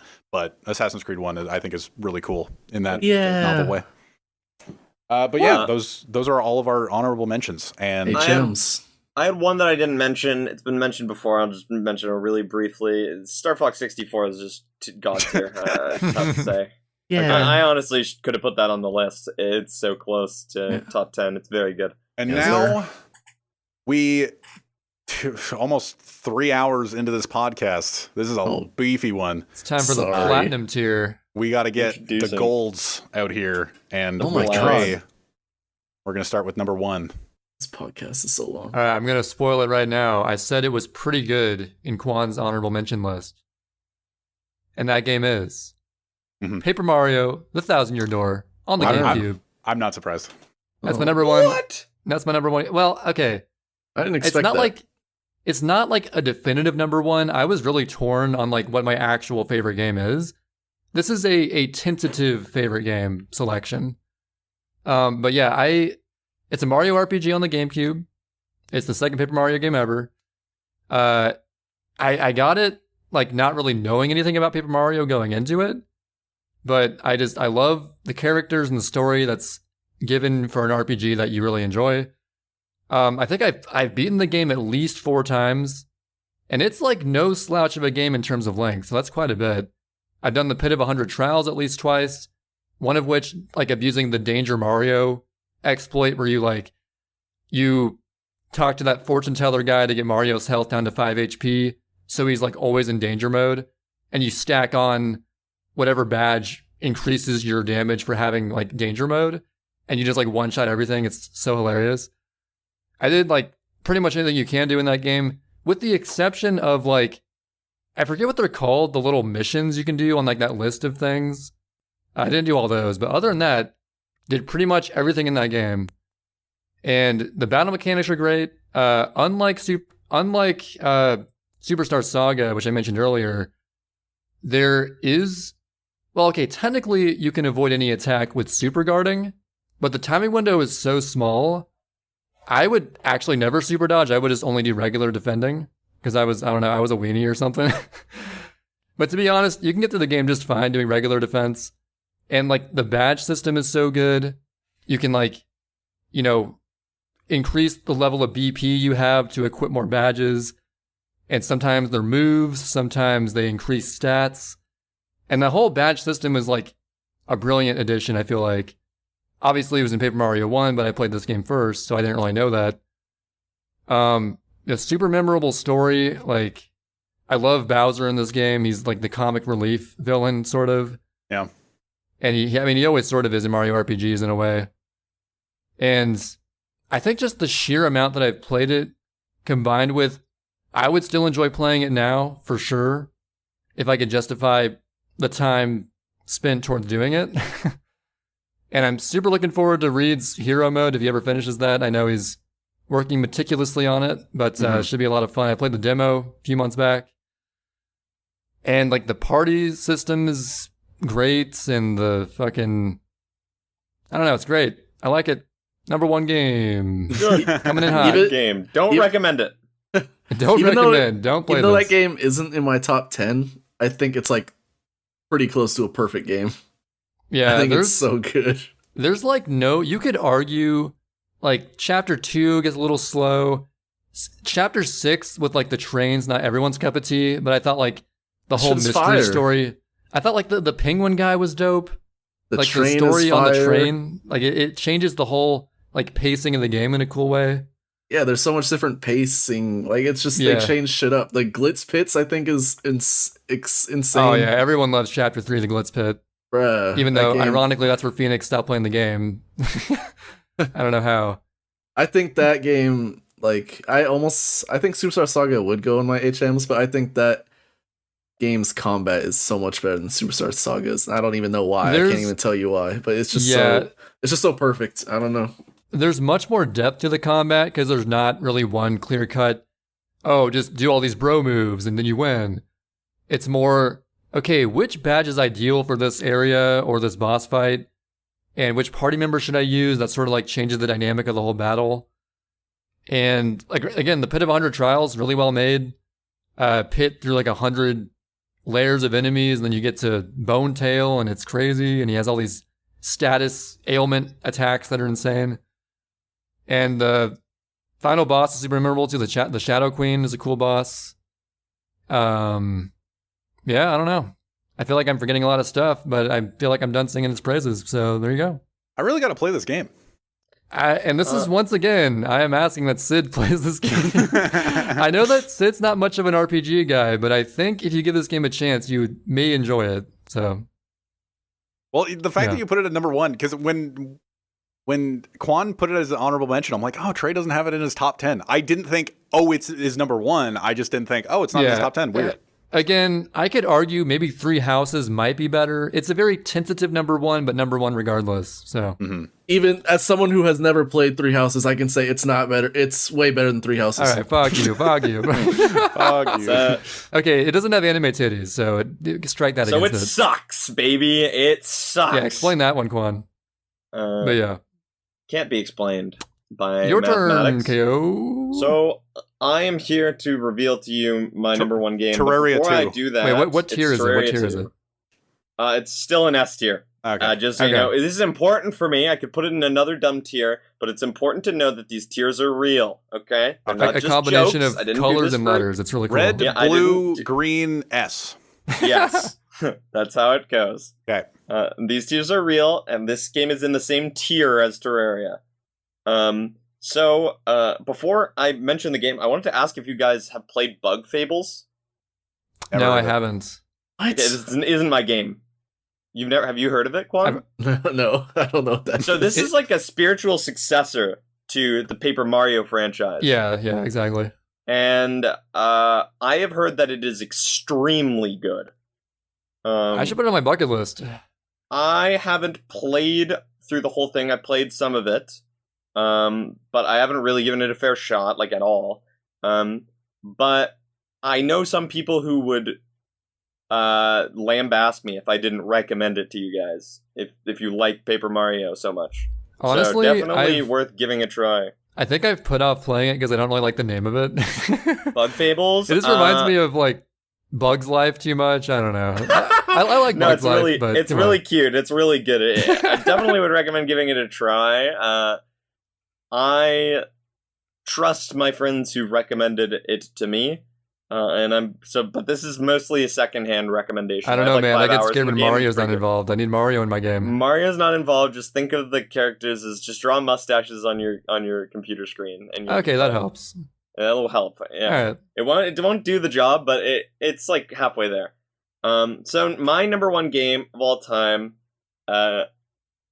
I am very confident with this pick. This is not a tentative pick. Wait, so the Bug Fables thing was just what was that? What was No, it's Bug That Fables. was just going off of my just a pick. rec. Oh, It's not okay. Bug Fables. Okay. Nah, fucking. Yeah, Bug, what I the fuck's a I was bug? confused for a minute too because he's like, It's Bug Fables, baby. It's like, okay, so my number Whoa, 1 game, plot but first, twist, it's Bug Bug Fables. Fables. Let's talk I about just Bug have to Fables. say, you guys were talking about Paper Mario. You guys actually have played the game. I haven't. I was waiting for my turn, but unfortunately, my turn happened to come when it is also my turn to give my number 1 game of all time, which is Rounds, baby. No, I'm kidding. Fucking Rounds. Round's the best game ever. Rounds, baby. No, it is Undertale. So I'm Oh, sorry yeah. to all you contrarians out there. He quirky think though. Undertale's ruined by the fan base. Undertale's ruined all the fans, the fan fictions, all the games ruined. It's not fucking ruined, okay?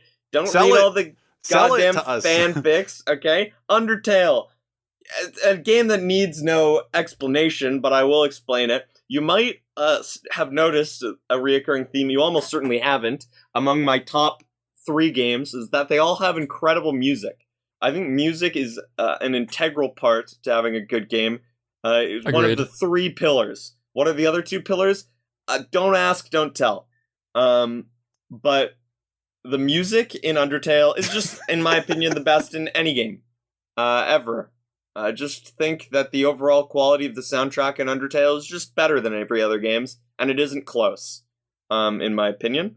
The gameplay of Undertale, I think, is very good. I don't think it's bad by any means. It also helps tell the story. It helps introduce characters. You know, a character's personality is like can sort of be seen through their gameplay, you know, or through the way that you interact with the characters in the game. You know, you get your multiple routes for all you Mass Effect fans, who I'm sure don't exist in this call. And Undertale, I'm super excited for Deltarune. The Chapter 2 of Deltarune getting released tomorrow, or today, technically speaking, Wait, really? at 1:14 a.m. September 17th, 2021. Huh. Nice leak. Yep, released today. We're recording Leaking after 1 a.m. the date of recording. the time of recording. Yeah, fucking Undertale, it's just sick. The story's sick. The music is the best. The gameplay is great. The characters are iconic. Sure, there are memes. There are 13-year-olds and 15-year-olds who like fanboy about this game forever until you want to throw up every time you hear it. But that does not take away from the game, and I am viewing games only as the experience of the game itself. It is the best game of all time. There you go. That's a solid pick, and I haven't even played it. All right. So I respect my thoughts on that one. It sucks. So where do I begin? And I don't recommend it. Yeah, I wouldn't recommend that game. I played it once on the Switch, and like I thought it was like some super long game. I beat it in like 2 hours, and Beat it in 2 hours? yeah, well, no, okay, maybe more like 4 Maybe hours, more, 4 yeah, plus. But Guys, speedrunning. That's like, what the fuck? I was just like, when I beat it, I was like kind of upset I didn't get to fight Sans Undertale because that guy's pretty badass. I just fought some flower. I mean, I that was the only time I ever played through it. The music was pretty good. It's really good on additional... the game... I never had. I don't know. The desire. game basically isn't completed on its first playthrough. Yeah. But if you don't want to go back and play the game, if you don't like it on your first run through the game, I just don't think you'll like it. Obviously, no game is for everyone. So It was fine. I mean, I finished it and I was like, okay. And I had no desire to like do the pacifist runs or whatever. Yeah. There are different routes. But to me, I just adore the game and good music. the Going music's cracked. off of music, I think Final Fantasy VII Remake has the best music of any game, and it's not even close. So that's my like music pick. Music is a big part of my number one, so I guess I'll get into it, right? Are we ready for my number one, everybody? Oh shit! I'm ready. I don't know if I'm ready. So something has not been on this list so far. I'm pretty sure you all gathered. You could all think about it for 2 seconds and realize what's going to happen here. I wonder what it is. But number one for me is actually, I counted it, and I think it's a tie between 16 games. So Oh shit! That's not cheating at all. technically, my number one is 16 games, because if I were to actually make a legitimate top 10, you want to know how it would go?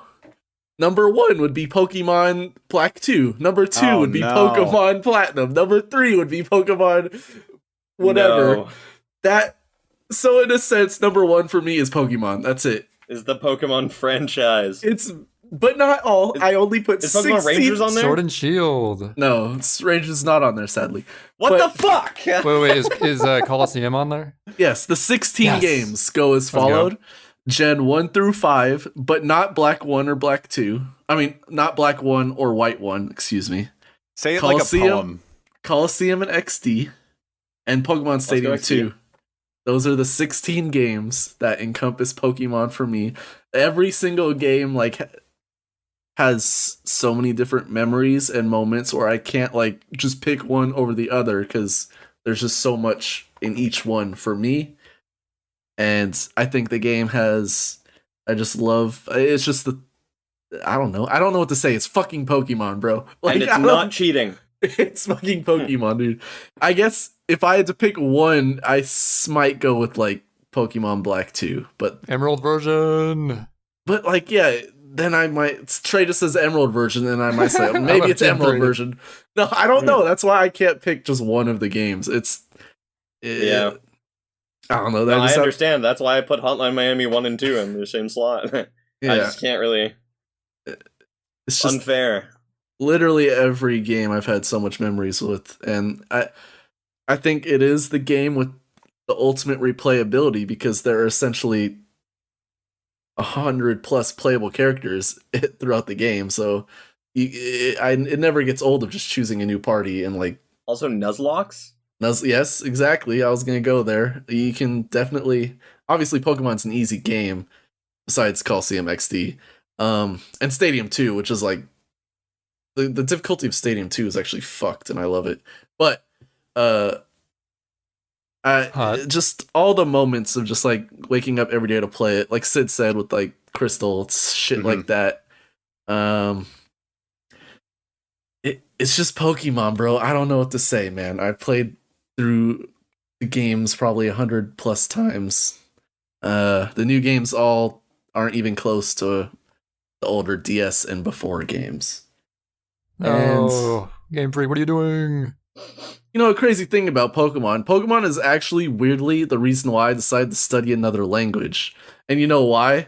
It's because I thought to myself, well, if I can fucking remember all 898 Pokemon names, I can probably like remember some words in another language.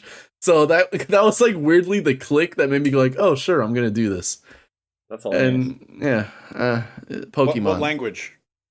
Japanese. Yeah. All right. Pokemon language. The Pokemon language. The yeah. Pokemon names. Pika Pika, Pika Pikachu. Pika Pika. He's gonna learn Hylian. He has to learn Ryan Reynolds. Yeah. We actually rewatched Detective Pikachu last night. It was pretty good. Yeah, we did. And it's good. It's a good Sid movie. didn't like the ending. The ending is so weird. Anyway, so number 1, Pokemon, if you had to choose, Pokemon Black 2. No, it would change every day, so no, I'm right. not going to say that. Okay, Pokemon game. Yeah. I Where does the cutoff? Sorry, like what's the last game to be considered the Pokemon games that aren't shit now? You know? I guess Generation 6 would be X and Y, but I don't like Black 1 and White 1, but I think Black 2 and White 2 are like masterpieces. So I guess Black 1 and White 1 was the beginning, and then one like generation, or not generation, but one set of great games, and then everything after Black 2, White 2, not on the list, not even close. Okay. Mine, like I would have had Crystal on my top 10 if I didn't edit the shit out of it. But my number 1 game, and Trey, I wonder if Trey knows. Trey, do you know? God, I'm trying to think of what you haven't said yet.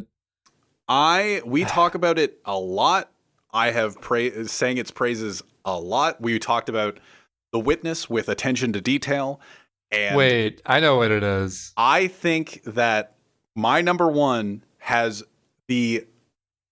it's either close to or as attention to detail as The Witness. Maybe not. But it's an older game. It's an older game. But my number 1, with its how the world feels lived in argument that every open world game should copy it and should figure out how to make it feel the same as Zelda Majora's Mask is my number 1. And I thought you were going with Mist for a second. I was like, oh wait, Majora's Mask, that makes more sense. Thank God. Majora's Mask is the game that every open world like GTA or whatever should try to emulate to like to make a game feel as lived in as Majora's Mask. It's kind of cheating being on a 3-day schedule and everything repeats itself. But if you can somehow make that work in an open world game that has constant time passing, they will, and I said it last season of the podcast, they will win video games. It'll be over. The Majora's Mask has so much attention to detail with the side missions it has, with like the relationships that are built within the game, the like Anju's mom, the farmhouse, the just every character in that game has like is pouring with personality. The circus troupe leader, The Gibdos. the Gibdos that want their milk. Fuck the Gibdos. They just the Zora band leader, the Zora band themselves, the Gerudo Fortress. No, maybe not the Gerudo Fortress. The guy that wants the picture of the Gerudos. Dude, that guy is so picky. The seahorses. The fucking, like, you can go through so many characters in that game. Like, I went through only 2 areas, and there's just like the Goron dad, the hero of the Gorons. It's not Darunia. It's can't remember. It's another D name, but I can't remember. The Deku Butler. The Deku fucking Butler, dude. Deku Butler, yo. There's just the fact that his son is the son dead is tree dead. at the start. Yes. His son is fucking dead, It's just dude. like, oh, you remind me of my son. Weird. And it's just like, oh, that's the soul that the Majora's Mask / Skull Kid used for the mask that you use. And like you were talking about existential dread earlier with Ocarina of Time, that's just up to just 1,000, and like all the theories that have come out about Majora's Mask that are like obviously unconfirmed, but everybody can have their own take on whatever Majora's Mask is. And just the Anju storyline with Cafe, and like, and I haven't even talked about, like, Popo and Reed were on a few weeks ago and talking, and Popo was kind of shitting on the game for like the temples and whatever, and he didn't play any of the outer any of the side missions, or a lot of the side missions. Apart from that, I have not mentioned anything about the main storyline. The main storyline is good, but like everything that makes that game is outside of the main storyline, outside of the temples, like just the characters you experience, the time you pass, just like you become this Goron to get the room key every morning or whatever, and if you don't, you just kind of miss that opportunity. Just the schedule of it all, like, not in a bad way, and it's just, it feels so like if you miss your opportunity, you can do it on the next cycle, but you can't do it now. Like you can't become that Goron. You can't go up to Anju and be like, hey, I'm whatever character name that I'm Link. Hey, I want my room key, and she's just like, oh, here, and then the Link that's the Goron named Link will come and go like, oh, huh. And you can interact with that conversation, or not interact with it, watch it at least go on with Anju, between the Goron and Anju. And it's just like, oh yeah, actually, no, we've already given that room away because you have the same name as this other. But if you don't do it, he's not sitting outside. He's in that room, and you cannot go in that room anymore. And just everything about that game works so well, and you can play it for hundreds and hundreds of hours. And it's a shame the speedrun has become so whatever, but just the game itself. I mean, 100% still pretty good, right? I wouldn't know, but just the entire game casually is one of the most satisfying, and I guess because I'm putting it at my number 1, the most satisfying thing. And playing it with my sister as a kid, and just man, there's just so much to say about Majora's Mask, and I've sang its praises many an episode of the podcast, but it is my number 1 without a doubt. I'll say, I'm kind of sad. Oh, go ahead, go on. I'll say this about, I think there are the 3 pillars of Zelda games, and I think Breath of the Wild, Majora's Mask, and Ocarina of Time are all like amazing and perfect in their own way. Yeah. Say Majora's Mask is 3 an insane pillars. game. I almost had I actually replayed to little inside baseball. My Mass Effect 2 was going to be Ocarina of Time. My number 6 of Mass Effect 2 was going to be Ocarina of Time, but I felt good enough to remove Ocarina of Time and add Mass Effect 2 because I had Majora's Mask as the number 1. That's fair. I think not the downfall, but like the thing that kind of draws or isn't great about the other Zeldas is, I think, the Majora's Mask is the only one that didn't try to be like Ocarina of Time. Where I think every other Zelda kind of had the same like linear progression as Ocarina of Time until you got to Breath of the Wild. And it's the direct sequel. Yeah. Which is insane. I guess they felt like they had to vary it enough using the same assets and stuff. They're like, okay, we got to make it a pretty radically different game somehow. and that's why it ended up so different, but also so great, supposedly. The black sheep. Yeah, Zelda I'm kind of games. sad that I experienced the game in like the worst way possible. Like, first of all, as a kid, I was stupid when I played it. I wish I first experienced it as like a mature, smart, intelligent gamer I am now. But then I did play it recently, but it was as a semi-blind race with Dapper and Quan, which it was don't get me wrong, it was a pretty fun race. We had a good time. But it was like just playing the main story for the most part. Yeah. So I The didn't really game is- experience the full thing. And the game is definitely flawed when you just play it like speed Yeah. run to the end, to the last fucking fight. And I don't defend, like I've talked about it before, the temples. A lot of people have the issue with the temples, just like basically you're doing a temple with a time limit, and I get it. And it could have been You changed. get plenty of but, time though. It's not really an issue. But I think the temples are still fun. Like Stone Tower is obviously the best temple. I think, like atmosphere wise, I think it's great.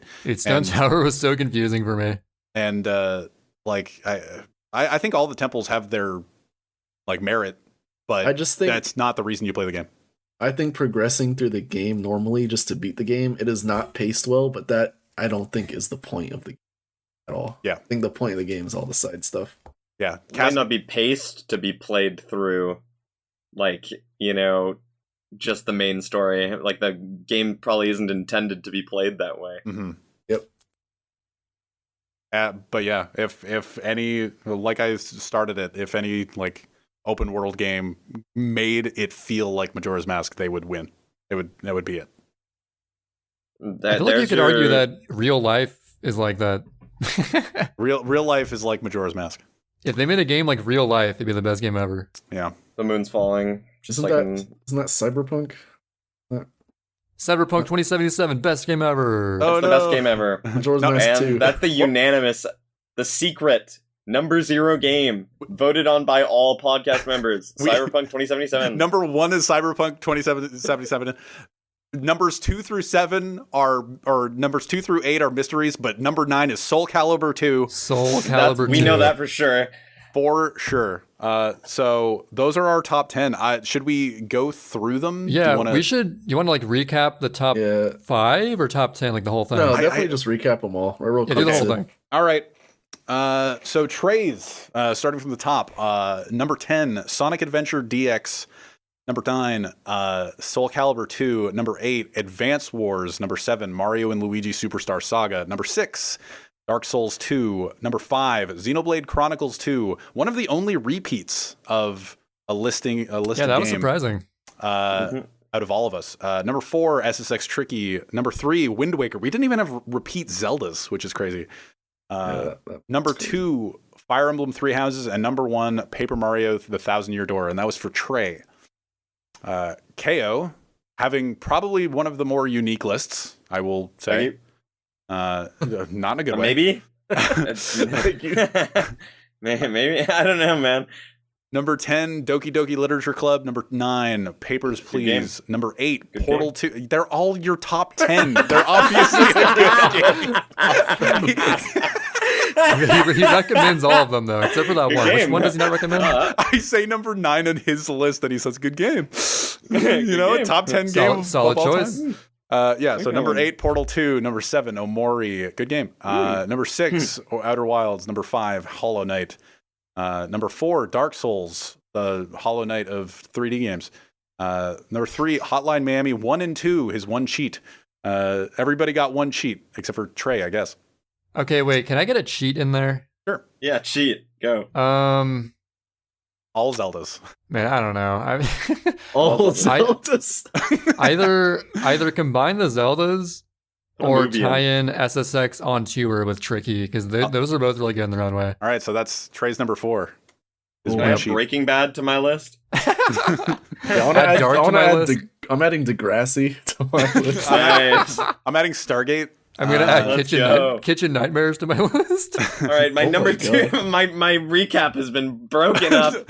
Number 3, Hotline Miami 1 and 2 for KO. Number 2, Terraria, even though I feel kind of bad with how we left Undertale. I was going to talk about how like fondly, like watching everybody stream Undertale is what was very cool when it came out initially, and the amount of love that Undertale has is It's like what did it win? It won the best game according to Of all time, according to KO. yeah, okay, I guess That's a big honor. it won that award. It definitely won some awards. It won best game of all time according to Game Facts. Yeah, that one. People. And The me. Game Yo, Facts I love GameFAQs' opinion. It was between Melee or Undertale, I think, was the contest What? at the time. You don't remember that, Teo? That's crazy. Those are like my two favorite games. Okay, and Kwaniza's top 10 were number 10, Xenoblade Chronicles 2, number 9, Star Fox Adventures, number 8, Super Mario Sunshine, the only mention of Super Mario Sunshine on any of these top 10s. Because that game sucks. Crazy. Number 7, The Witcher 3. Number 6, Star Fox makes a reappearance with Star Fox 64. Number game. 5, Final Fantasy VII Remake. I'm surprised that I was surprised to hear that because of how much we talked about it on our podcast with you as a guest. Number 4, Super Smash Bros. Melee, but mostly all the other Smash Brothers as well. No, it's mostly Melee with attack. Mostly on Melee. other- Not other mostly, Smash games. but yeah, they're just a cheaty. Yeah. Number 3, Super Mario 64. You don't even have to explain why. Number 2, Zelda Ocarina of Time. Also, you don't have to explain why. And then Pokemon, basically entirely until what? Sun and Moon, X and Y. X and Y. And then But also not Black and White 1 True, or true. Pokemon Rangers. Fuck Pokemon Rangers. I'm kidding. I love that game. but Pokemon Orange is overall. chill. Mine was Donkey Kong Country Returns, number 10. Number 9, Riven. Number 8, Resident Evil 4. Number 7, Rock Band 2. Number 6, Mass Effect 2. Number 5, DMC Devil May Cry. Number 4, My Cheat, Dead Space 1 and 2. Number 3, The Witness. Number 2, Prince of Persia, Warrior Within, the sequel to Sands of Time. And then number 1, Zelda Majora's Mask, the sequel to Ocarina of Time. Yay. We did it, everyone. Those are our top 10 lists after a 3-hour podcast, a record for us, almost 3.5. Easily a record. Oh my god. But This is crazy. if you You can sat tell- with us, You can really tell what kind of gamers we are just by looking at that list. Like me, it's like all console games and mostly Nintendo games. And even though I've had a PC like most of my adult life, I don't have a single PC game on here. It just Oh, shows God. even though I've had a PC, like a good PC most of my adult life, like I only like play console games. Crazy. And no first person games at all in my top 10, which I think is kind of interesting. Not a single first person game. I considered putting Call of Duty 4 in my honorable mentions, but I just didn't for some reason. So I didn't even think of Call of Duties at all. But yeah, so that was a 3-hour podcast with 2 additional guests. Thanks for chilling with us, guys. And thanks for everybody that listened all the way through this. all the way through, you're we- the real champions. Yeah, We- that's we crazy shared- to me. We shared our deepest love for Darkest. all of our top 10, and maybe a couple of KOs we didn't really respect all that much. But And these lists are subject to change. At least mine is. I'm pretty sure. I'll keep mine solidified for a bit. But yeah, if you stuck around this long and listened to our lists and heard our outpouring of appreciation for our top 10s, then you're, again, like Trey said, the real heroes. But I feel like if anybody else has anything else to say, this is the moment. Any shout outs? Shoutouts to Go ahead. people at home. Yeah, I'll say shout outs to there was a game I wanted to shout out but not put on any list. But I think it's sick. We haven't mentioned enough games this I episode. forget the game I wanted to shout out. Shout out to Alan Wake. Yep. Shout out to Alan Wake. yeah. Fuck. That Oh, I've game's- got the best way to end this podcast. Oh yeah. I probably don't agree. I wrote down some hot takes. Oh, and yeah. I'll just say some games that I don't like that everyone else likes. Skyrim, Minecraft, Stardew Valley, Slay the Spire, Hades, Celeste. Get at me, punks. I Get at respect that. KO. Your At, games Hey, suck. we're gonna play Celeste soon. We'll see if we agree or not. I respect I thought it was all right. follow KO at KOAlt5 on Twitch. Go fuck yourself. But yeah, with that, listen to us on Spotify and Google Podcasts. Follow or subscribe to the YouTube channel SidNTrey on YouTube with our expertly made thumbnails by Trey every week. And Yeah, and with that, I think we're going to wrap up the 3.5-hour top 10 podcast that has been in the works for the past month and a half. SSX Tricky is and trash. in the last 3.5 hours. Fuck you. And see you all next week with just SidNTrey. Just Just us. SidNTrey. See ya. Peace.